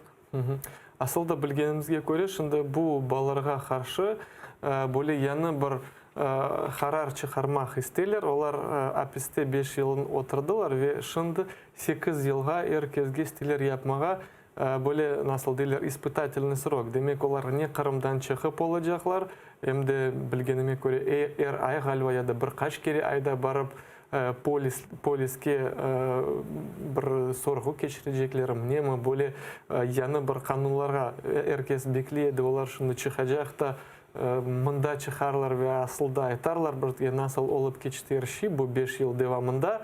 Ama şimdi böyle de yapabilirler. Ukrayna tarafından bilmem Dış İşler Nazırlığım kim böyle bir beyanat yapmak gerek mi? Nasıl düşünüyorsunuz? Evet, beyanatlar zaten devamlı olması gerek ve dikkatli mümkün olduğu kadarıyla her yerde, her seviyede yapmak gerek. Şimdi bugünlerde Ceneva'da Europarlament'in toplantısı oldu. New York'ta olsun, OBSE olsun, başka şehirlerde Europarlament'in toplaşmaları olsa yapılması gerek. Zaten ben bakam bu Kırımskaya solidarность ve bu mesele etrafında toplanған insanlar son vakitlarda pek aktif bir şekilde çalışmaya başladılar ve pek güzel bunu yaparlar. Kırım'da toplanırlar, anlatarlar, mında gelirler, mındaki insanların dikkatini çekmeye tırışırlar. Bu pek güzel şeyler, pek doğru yapılgan şeyler.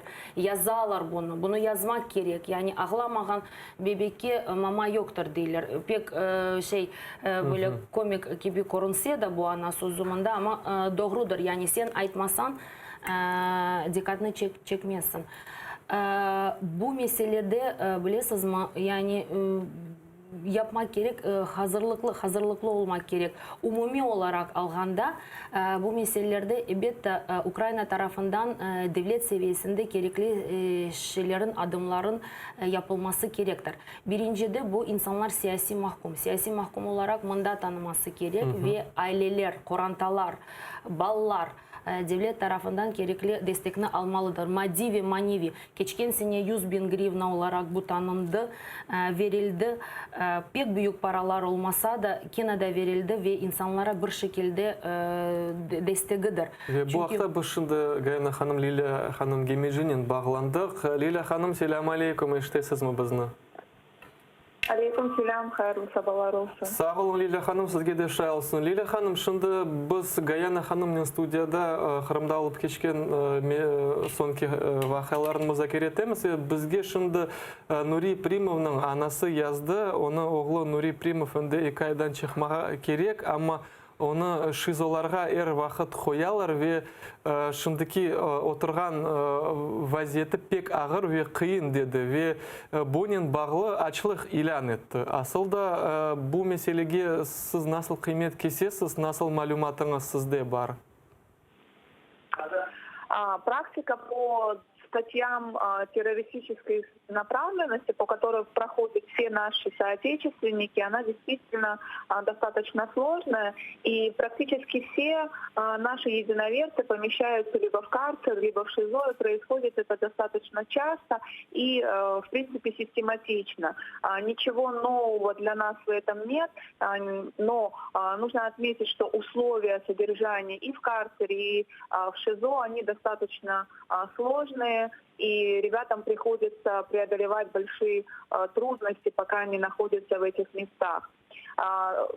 У нас есть большая надежда на то, что скоро Примов и 2 других фигурантов первого севастопольского дела будут на свободе. И все их, скажем так, испытания на этом пути будут окончены. Bilgenime göre olar 2 aydan çıkacaklar kısmet olsa olarını çaresi olur mu Kırım'dan Украина kıtasına geçmeye ya da yok? К большому сожалению, в отношении всех ребят исправительная колония подала в суд иск об установлении административного надзора. Этот административный надзор им установлен в виде 8 лет, и это ограничивает их как и передвижение, и в принципе их публичную деятельность и нахождение, в том числе в Крыму. Но мы надеемся, что мы найдем путь. У нас уже в этом направлении есть определенные, скажем так, есть определенное понимание, как ребятам можно будет, скажем так, переступить через этот административный надзор, который по сути является вторым сроком после того, как они уже отбыли срок в колонии. Lila Hanım ve tekrar başka mevzuya geçmek isterim. Bu yakın günlerde Rusya'da ecnebi agentler hakkında kanun kabul edildi. Rusça aytkanda Zakon об иностранных агентах böyle adını taşıyor bu kanun. Ve çoksa akor çalıcılar aytalar граждан jurnalistlerge ve diğer matbuat vasıtalarına indi şahsen Kırım'da çalışmaya kıyın olacak. Bu hakta ne aytabilirsiniz? Безусловно, этот закон будет сильно ограничивать свободу слова. И, скажем так, свобода слова, которая есть в Крыму, она и так достаточно ограничена. Независимых источников, кроме гражданских журналистов и несколько журналистов, которые заезжают на территорию Крыма, нет. У меня есть большие основания сомневаться в том, что теперь независимые журналисты смогут заезжать на территорию Крыма и давать объективную картинку. Но я точно знаю, что принятие этого закона никого не остановит, и из Крыма будет поступать объективная информация ввиду того, что гражданские журналисты не получают никаких гонораров от каких-то изданий, от средств массовой информации. Их деятельность, она является волонтерской, они действуют исключительно по своим убеждениям и считают, что донесение правдивой информации является одним из способов борьбы с той несправедливостью, которая сегодня происходит в Крыму. Çok sağ olun Lila Hanım. Hatırlatam şimdi bizning canlı bağının telefonun Kırım'dan advokat Lila Gemici bağlandı. Aslında Gayana Hanım siz bu kanun hakkında ne düşünüyorsunuz?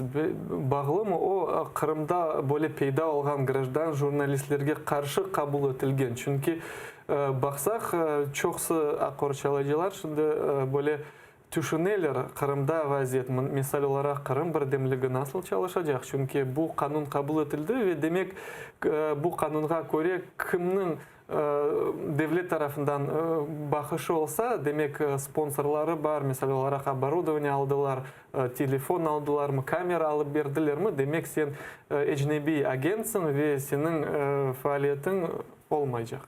Bu yeni kanun değil bildiğim kadarıyla Rusya için. Onlar zaten birkaç sene önce böyle bir kanunu kabul ettiler. Teşkilatlar için. Evet, Ama bir anda teşkilatlar ama bu kanun içerisine medyalar da kirdi. Çünkü bir medyalarını bir teşkilat olarak koruyorlar ve o zaman medyalarga bu tesir etti. Şimdi ise yani bunu şahsen değil direkt medyalarga karşı yaptılar.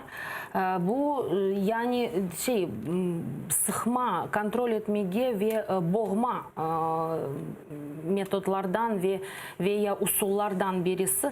Fakat doğru aytıldı. Ben bilsem Kırım'da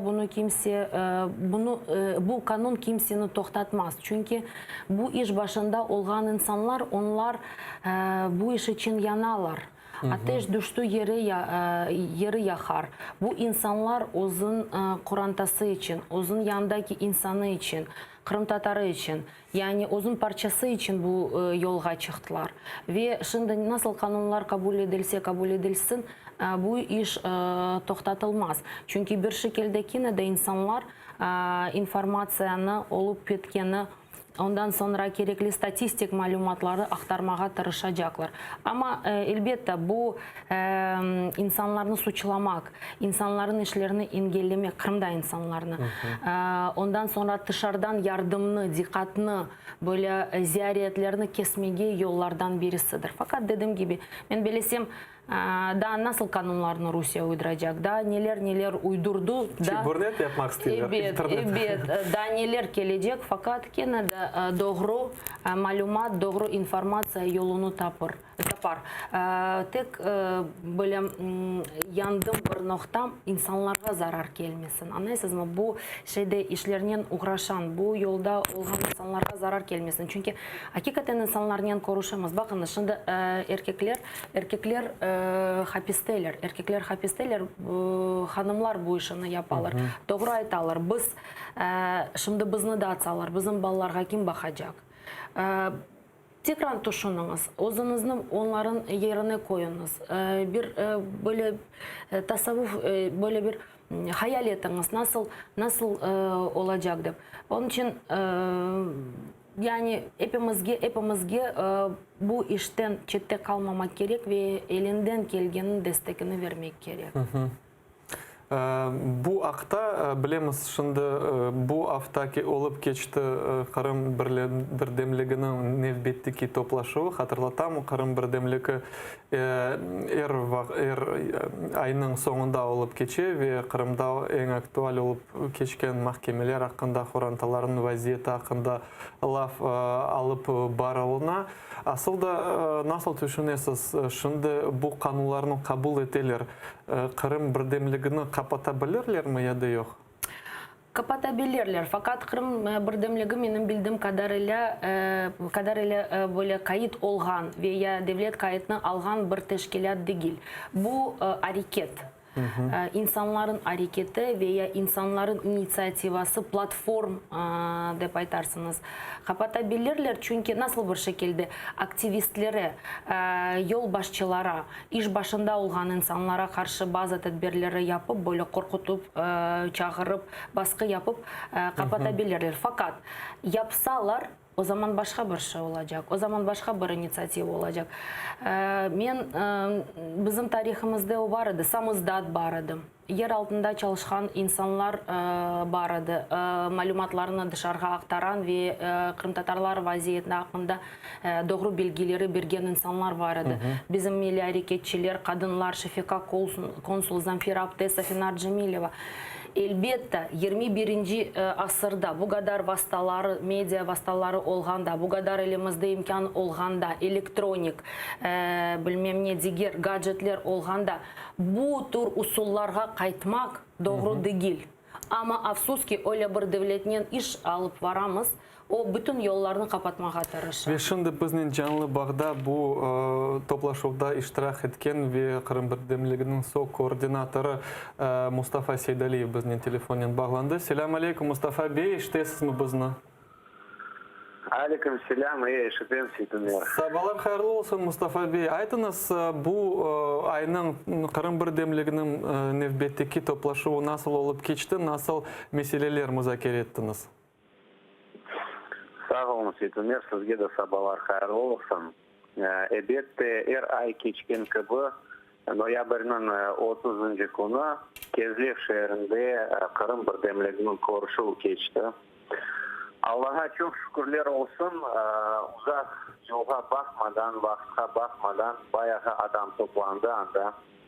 Ve bu kuruluşda biz ise her ay gibi advokatlar ve korantalar siyasi mahpuslarının avlarını, geçken mahkemelerini hakkında söz ayttılar. Bu merasimde ko'tarildi öyle sualler, nasıl birkaç bizim ağalarımız, yaşta olan ağalarımız, hapishanelerde oturgan, onların sağlıklarının bir problemler var. O suallarını ko'tarildi ve mahkemeler geçkenini ko'tarildi ve korantalar öz ballarını hakkında, öz akaylarını hakkında tarif ettiler cemaatha ve cemaattan adamlar çıkıp bir-iki söz ayttılar bu teşkilat hakkında, bizim birliğimizin hakkında ve ne yapmak gerekimizin hakkında. Mustafa Bey, toplaşuvda bilgenimizge göre her vakit siyasi mahpuslarının xorantalары ola, aslında olar şimdi nege umut eteler? Çünkü bazı birkaç ay evvelsi Ukrayna'nın prezidenti Vladimir Zelenskiy çok aytkan edi dengişme hakkında. Mına şimdi studiyamızda Gayana Hanım Yüksel Milli Meclis azası da buluna. Aslında xorantalar ne bekliler bu Ukrayna tarafından? Belki de siz aytıp olursiz, Gayana Hanım'a da anlatıp bilirsiniz o toplaşuunda nasıl sözler ayttılar ana babalar? Elbette ana babalar, apaylar, ballar bekliler öz babalarını, apaylarını tez vakitte evge kaytsınlar dep, orantalarla kavuşmağa Allah nasip etmişti onlara. Ve orantaların arasında ve cemaatin arasında çok ko'tarilgan mesele bu siyasi mahpuslarının dönüştürmesi hakkında siz aytgan gibi. Ve öyle bir sual mende var. Milli Meclis tarafından nasıl yapılan hareketler bu tarafa ve asilette bu dönüştürmeye geçecek mi ya da yok? Çünkü halkımız bekliyor bu şeyini. İse herkes yürekleri ağırta bizim din kardeşlerimiz, bizim halkımızdan güzel bir ballarımız hapishanelerde oturgan için. Mümkün olsa bu sualga cevap verseniz ve bu vaktiyanı bu hakkında tarif etseniz yaxşı olur. Çok sağ olun Mustafa Bey. Bizim iki dakikamız kaldı. Gayana Hanım, mümkün olsa kısaca. Sağ olunuz. İnanınız Milli Meclis'in, Kırım Tatar Milli Meclis'in elinde böyle bir şey olsaydı mutlaka yapılırdı. Meclis tarafından, liderler tarafından gerekli devlet bünyelerinin işler alıp varıla, malumatlar verile ve devamlı bu mesele boyunca böyle müzakereler yapıla. Fakat bilirsiniz bu mesele, bu proses gizli tutula. Yani şu anda böyle ortada ya da pek açık bir şekilde laf edilip bulamay. Uç grupası denişecek, içinde kim olacak, nasıl olacak da belli değil. Son vakitlarda geldi malumat bazı devlet strukturaları bu işe koşuldu. Gerek olsun ombudsman, bazı devlet strukturaları bu işin içine kırdı. Pek büyük bir umutumuz var. Anda ki insanlar, hapiste olan insanlar, böyle siyasi tarafından tutuklangan insanlar, bizim Kırım Tatarlar, onlar serbest bırakılacak. Fakat gerekli malumatlar, bilgiler, spesifler, bilgiler bu insanlar hakkında devamlı her bir seviyede ортая қойыла ve bu meselеге диққатны чекмеге тырышамыз. Çok sağ olun Gayana Hanım. Umut etем işanam. Tez vaqtda оларын да азат olғанын көрерік ve Борис Полявалиман olsun ya da başka yerde оларын да құшақлап қаршылар. Hepimiz anda toplanıp. İnşallah.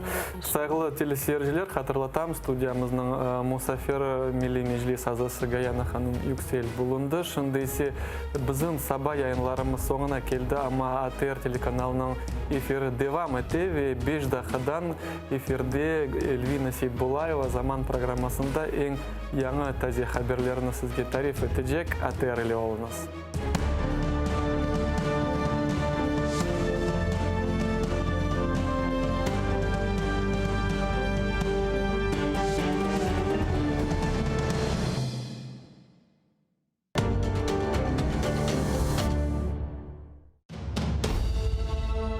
Почему Саадет Герай I стал для своих подданных противоречивой личностью? В чем был его феномен строителя государства? И как воспринимали придворные его новые порядки и законы? Окружив себя преданными людьми, Саадет Герай желал стать правителем, в чьих руках будет сосредоточена вся власть. Государственный совет Диван он не был намерен упразднять, несмотря на то, что уже смотрел на него как на формальность или дань традиции предков. Смотрите в программе «Алтын Девир» в новом цикле «История династии Гераев». В эту субботу, 7 декабря, в 16:35 по киевскому и в 17:35 по крымскому времени на телеканале АТР. Саадет Герай I. Часть 2. Әрбір инсанның аятында айле айры бір қыздырыжы ұшықтыр.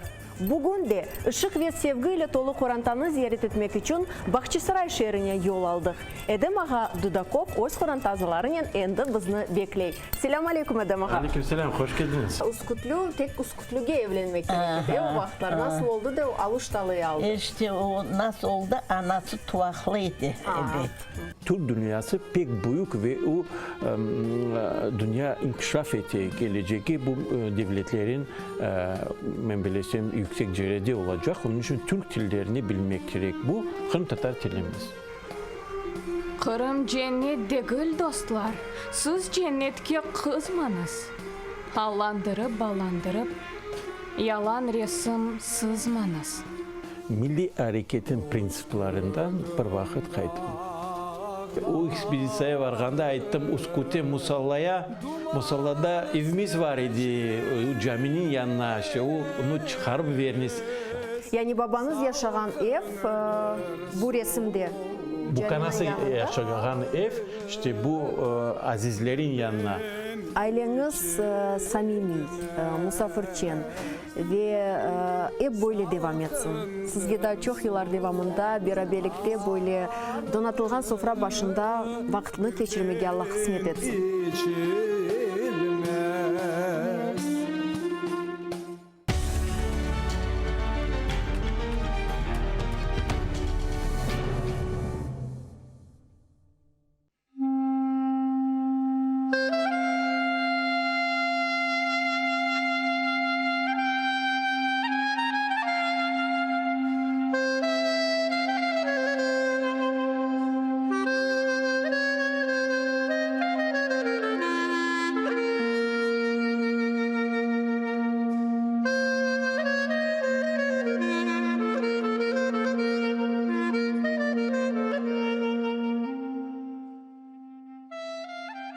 Bismillahirrahmanirrahim.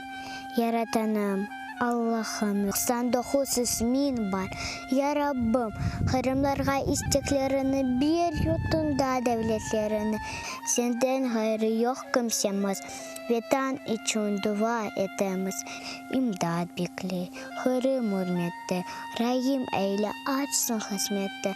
Bizni Kırım'da yarattın, yardımın ile. Sürgünden kayttık. Endi halkımız Kırım'ında devletli olsun ve ватанымызға. Біз үшін азиз Қырымымыз, тек мұнда açsın бақтымыз. Сенден хайры yok anlayacak. Yaratanım aç bізге хучақ. Қырымларға elini uzat. Yardım ver ya Rabbim. Bir bізге imdat. Bu aziz toprak ecdadım yeri. Қырымларының tükenmez yeri. Adda bizlerini vatanımızға. Sayıp alayı Қырымызға. Қырымлар kalbi tek sana eman. Ecdatlar yerini bağışla. Amin.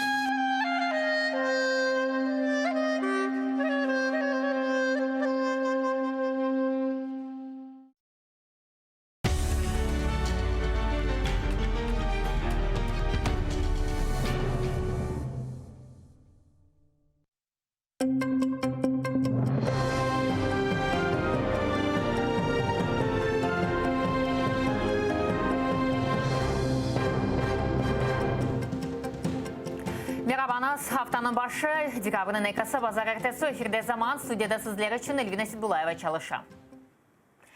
Milli Meclis Prezident Volodymyr Zelenskiy'den Narman formatında geçirilecek konuşu esnasında Kırım meselesini көтермеге talap etti. Хал депутатларының векілері ve Meclis yolbaşçısının айтқанына көре соңғы вақытларда Devlet yolbaşçısı Yaramadanın azat etілі vaqında айтмай, егерде Парижде президент dünya oğunda Ukrayna'nın vaqtınca işgal etilgen Kırım'nen alakalı mevamını ilan etmesi, demek Ukrayna'nın territorial dezintegrasiya başlandı demek mümkün olacak. При принятии какого-то итогового документа по встрече, там обязательно необходимо употребить фразу, что решением проблемы взаимоотношений между Россией и Украиной должно быть полное восстановление территориальной целостности Украины в международно признанных ее границах. Но я бы думал очень нецелесообразным отдельную встречу тет-а-тет Путина и Зеленского. Потому что мы имеем дело с лжецом, с коварным врагом. Поэтому очень важно, чтобы здесь было присутствие западных стран тоже. Російська сторона буде інтерпретувати умовчення Криму чи промовчення про Крим як таке, що нібито Україна вже погоджується з втратою Криму. Не треба давати цим російським агресорам такого шансу. Штампмалар, манипуляция ve muqaytlık Ukrayna Dışişleri Nazirligi Rusiya Devlet Dumasının yolbaşçısı Vyacheslav Volodin'in sözlerini böyle azatladı. Dışişleri Nazirinin muavini Vasiliy Bodnar, Rusiya ile memur Ukrayna kuch halklarının diskriminasiya hakkında aytqanda, böyle etip olar dünya cemiyetini öz federatsiyasında olğan problemalarını dikkat çekmemekten ibaret olğanını tanıyman. Buyuk diasporanın bir Ukrayna mektebi yok. İşgal etilgen Kırım'da Ukrayna tilidi hocalarının ders saatlarının qısqartılığı, Moskvada yekene Ukrayna kitapxanasının kapatılığı bu Rusiya Federatsiyasının gerçek yüzüdür. Vyacheslav Volodin, Kırım Tatar kolaborantı Rosan Balbek, Birleşken Milletler Teşkilatı'nın forumda çıkışta bulunğanda Ukraynalı faaliyar ona keder etkenini açıqlandı. Volodin resmi Kiyev'ni milli azıqlarını zulümға uğratqanından qabatlap, Ukrayna dağılmasının qorqızdı. Відволікти увагу світової громадськості від політики утисків і залякування Кремля на тимчасово окупованих територіях України, а також всередині Росії. Російські окупанти системно знищують українську та кримськотатарську освіту на тимчасово окупованих територіях України, зокрема в Автономній Республіці Крим. За майже 6 років окупації у 76 разів зменшилася кількість учнів у Криму, які навчалися українською мовою. З 13 тисяч учнів залишилося всього лише 172 учні.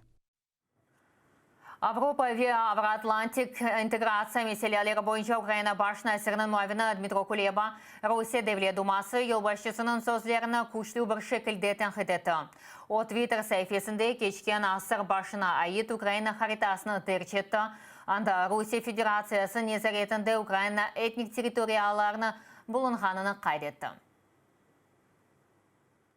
Володін погрожує виходом областей із складу України. Вимушений його засмутити. Ніхто нікуди не вийде. Натомість готові прийняти пару областей РФ для відновлення історичної справедливості, демократичного управління і запровадження європейських стандартів життя.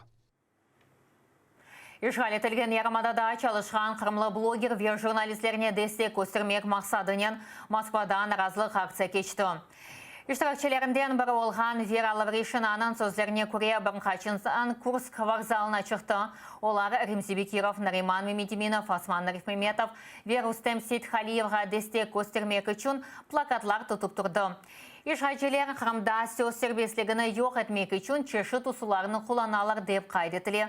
Жемат журналистлеріні қонқызып тінтулерін кешірелер. Бөлеті Римзи Бекировны 20 елға яда бұтын омырлық қапатмаға істелер. Себебі ишғал етілген қырымдаки махкеме кетешатыны незірет еткені ве видеоға чықарғаны еді.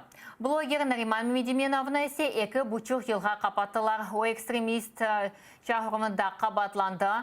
Осман Арифмеметов ве Рустем Шейхалиев де қанунсыз тұтылды. Себебі олар журналист оларақ храм татарларыны тақып еткенini ifade етеділер. Қырым бірдемлігі тарафындан тешкел етілген оларының тесі ол адлы лейхасының іштиракчылары арта. Бұл сефер Садовый кой имамы Ахмет Аблемитов саяси мабус Энверсит Усманов ақында видео чықыш япты.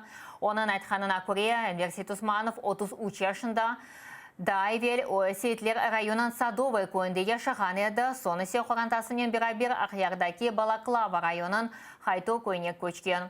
О намысы инсафлы адам белгіде оның үшін ишғачылер Сейт Усмановны терроризмді қабатлап апесханеге қапатты. Оны кечкен сенямай сайында қанунсыз сақаладылар.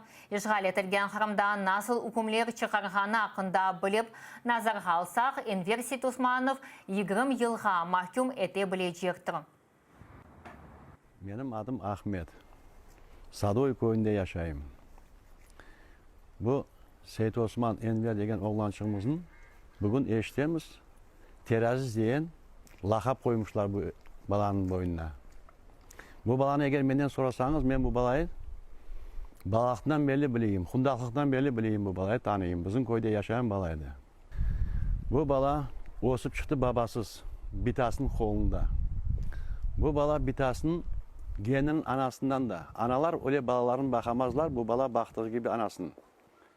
Бұл балайы білдігімізден белі, бұл көйімізде бұның gibi namuslu, edepli, terbiyalı, tertipli bala azdırdır köylerde. Onun için bu balaya kim ne dese de ben ona inanmayayım elbet. Нариман Мемедиминовның сесі оның досты Сервер Тимиркаяев олды. Храм татарлары ажылыққа барғанда таныштылар. Серверінің айтқанына көре Нариман çok иманлы insan. O er vaqt insanlara yardım etmeye hazır edi. Ишғачы Акимет Жимат журналистіне 2,5 елға қапатты. Ona nisbeten terrorizm işini uydurdular. Нариман Мемедиминов 2018 senesi Mart'ta kanunsuz tutulup kapatıldı. O muqaddes Kur'an ayetlerini alıp, onların manasını anlatıp, internette derç etken edi. Ишғачылар анда экстремисти hayallerini көрген екен. Он и терроризм – это несовместимость, это несоответствие, да? Он и благородность – это Нариман. Нариман и богобоязненность. Нариман – это искренность. Нариман – это улыбка. Нариман – это дающий радость, поддержку окружающим. Это все Нариман, но никоим образом Нариман и распространяющий что-либо из террора. Никогда не поверю в это. Сабық сәси мабюс Володимир Балух яна квартира сай болды ве бірден балконға мавы сары мили байрағын асты. Тахминені 3 жылы версі Храмсакені Украина байрағыны Ярмададаки евіне асқан еді. Нетижеде ишғачылар оны апесханеге қапатты. Яны евге сабық сәси мабюс ишғал етілген Қырымдан құрантасыны кешіречек ми жоқ мы, ве не вақыт Ярмадаға қайтачағыны біздің мұхбірлеріміз білем. Торбалар вемавы сары байрақ іле сабық сәси мабюс Володимир Балух яны віне доғыр кеті. Ил кадымлар ве өз квартирасына крие, ве бірінчеті сұратларнен паляша. картина мені залишилась. Біріншіден сабыр сәсі мабюз балконға ашықып доғры кеті. Анда Україналы байрағына аса. Давай почнемо з цього балкону. Тахминин учтене велсі Русия тарафындан işgal етілген Қырымда балық мили байрағына асқаны себебінден оның евінде тінтувлер башланды. Мавы сары байрағны Володимир Балух евнің дамына асты. Койге ФСБ келмеге башлады, сон оны аписханеге қапатылар. Шымды ете байрағны көріп тесуратларыны ифаде етежек сөз тапамады. Без емоцій, насправді. Просто із чувством виповненого долга я тепер зараз залишу цю лоджію. Знаєте, якби в країні була інша ситуація, якби ми розуміли, що ми йдемо, крокуємо до перемоги, а не здаємо позиції, то емоції були б кращі, звичайно, більш піднесені. А зараз, нічого, бачите, прапори, зараз 2 нових прапори в Києві з'являться. Українських, так що все буде нормально. Сабыр сәсі мабюз яны квартираға жамдан япылған сара мавы учлы мезрақ ве амайларын кетіре. АТР телеканалының чекім тақымы ось идеясыны бағышлады. Все, тепер можна вселятись. Ну, пане Володимире, і даруємо наш прапор, от кримсько-татарський, бачите, для того, щоб нагадував, що Крим – це Україна. Буйнен Пірабер Володимир Балуха милі юзбез бағышладылар. Вишиваний рушник, він це символ України. Саме перше, що було в хаті, це була ікона. Ікона в рушнику. Я бажаю тільки добра і щастя. Я знаю, якщо буде щасливий Володимир, який любить Україну, в Україні буде все гаразд. Бо поки не гаразд, він щасливим не буде. Қуанчтан сон en mühim meseleler hakkında söz көрсетмеге башлаймыз. Хусусан Украинаға бағылы Қырым ве Володимир Балухның қорантасы hakkında. Шымды işgal етілген Қырымда оның анасы оғлы ве торыны қалды. Біріншіден оларны Киевге кетірмек істей. Амма сабыр сәсі мабюз өзі де мұтлақа Қырымға қайтып, ана бабаларының евіні ве бабасының мезарлығыны зәрет етежегіне ешаны. Сказати, що мені не важко, теж не можна цього.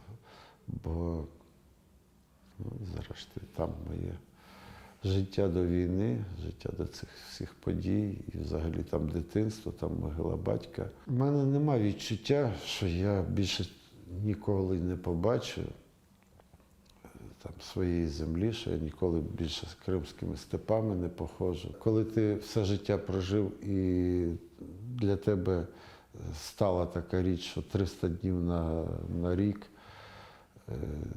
сонячні. Ну, от цього не вистачає насправді. Кримського тепла, кримського сонця не вистачає. Володимир Балухны Украина bu sene сентябрның 7-сінде қайтарып oldu. 2017 senesinden beri o kanunsuz rete hapishanede tutuldu. Ona nisbeti jine iş uydurulgan edi. Sabır siyasi mabus endi serbestlikning qadrini yeti. Давайте я відверто скажу. Ну, найбільше ти цінуєш, коли ти взагалі занурений сам в сам, от, в тій ситуації. От, там найбільше цінуєш. Тут просто не вистачає часу на те, щоб зупинитись. Це щастя насправді. От жити в країні от таких людей. Різні за віросповіданням, там, навіть за національними ознаками, там різні люди. Але от настільки українські, як я це розумію, от всередині, от і назовні, інколи просто в спілкуванні купол так тебе накриває, от цього якоїсь благості навіть космічної. Rusya pishanelerinde sabır sesi mabus bir sıra kıynıklardan geçti. Hususan birçok azap çıktı. Ukrayna'da böyle şeyler olmasın deyip Volodymyr Baluch Mykola Karpyuk'nen beraber mahsus teşkilat meydanға getirdiler. Onlar Ukrayna pishanelerinde tutulganlarının azaplanıvı hakkında malumat toplayacaklar. Sabır sesi mabuslar pishanede bulunganlarının zenatı boyunca çalışmasının beraber pishanede okumağa imkan olsun deyip mahsus kanun lehasını işlep çıkarmağa istiyorlar. Ve elbette her hafta Solyaryan görüşmege imkan yaratmak niyetindeler. Viktoriya Kozub, Ali Kerimov, Zaman, ATR. Şimdilik bu haberlerden tanış etmege yetiştireyim. Bir saatten son meslektaşım Alaysa Halıç Ukrayna tilinde sizlerine taze haberlerden paylaşacak. Bizle olunuz.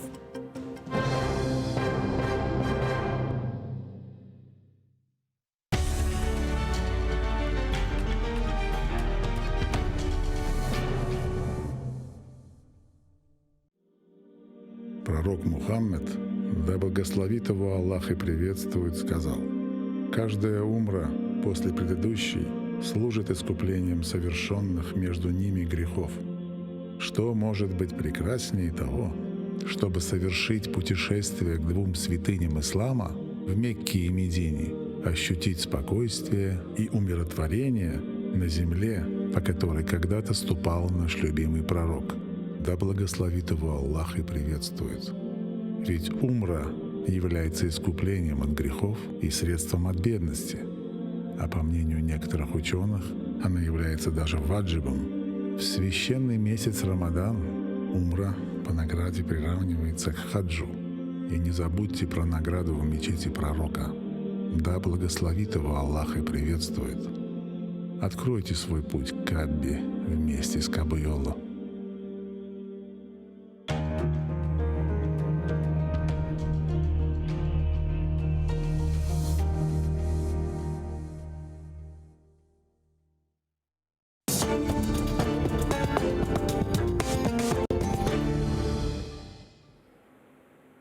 Добрый вечер, вы смотрите телеканал АТР. И сейчас, как всегда, в среду в это время в эфире телеканала АТР программа «Прайм Мацарский», в которой я, Юрий Мацарский, рассказываю вам обо всем самом интересном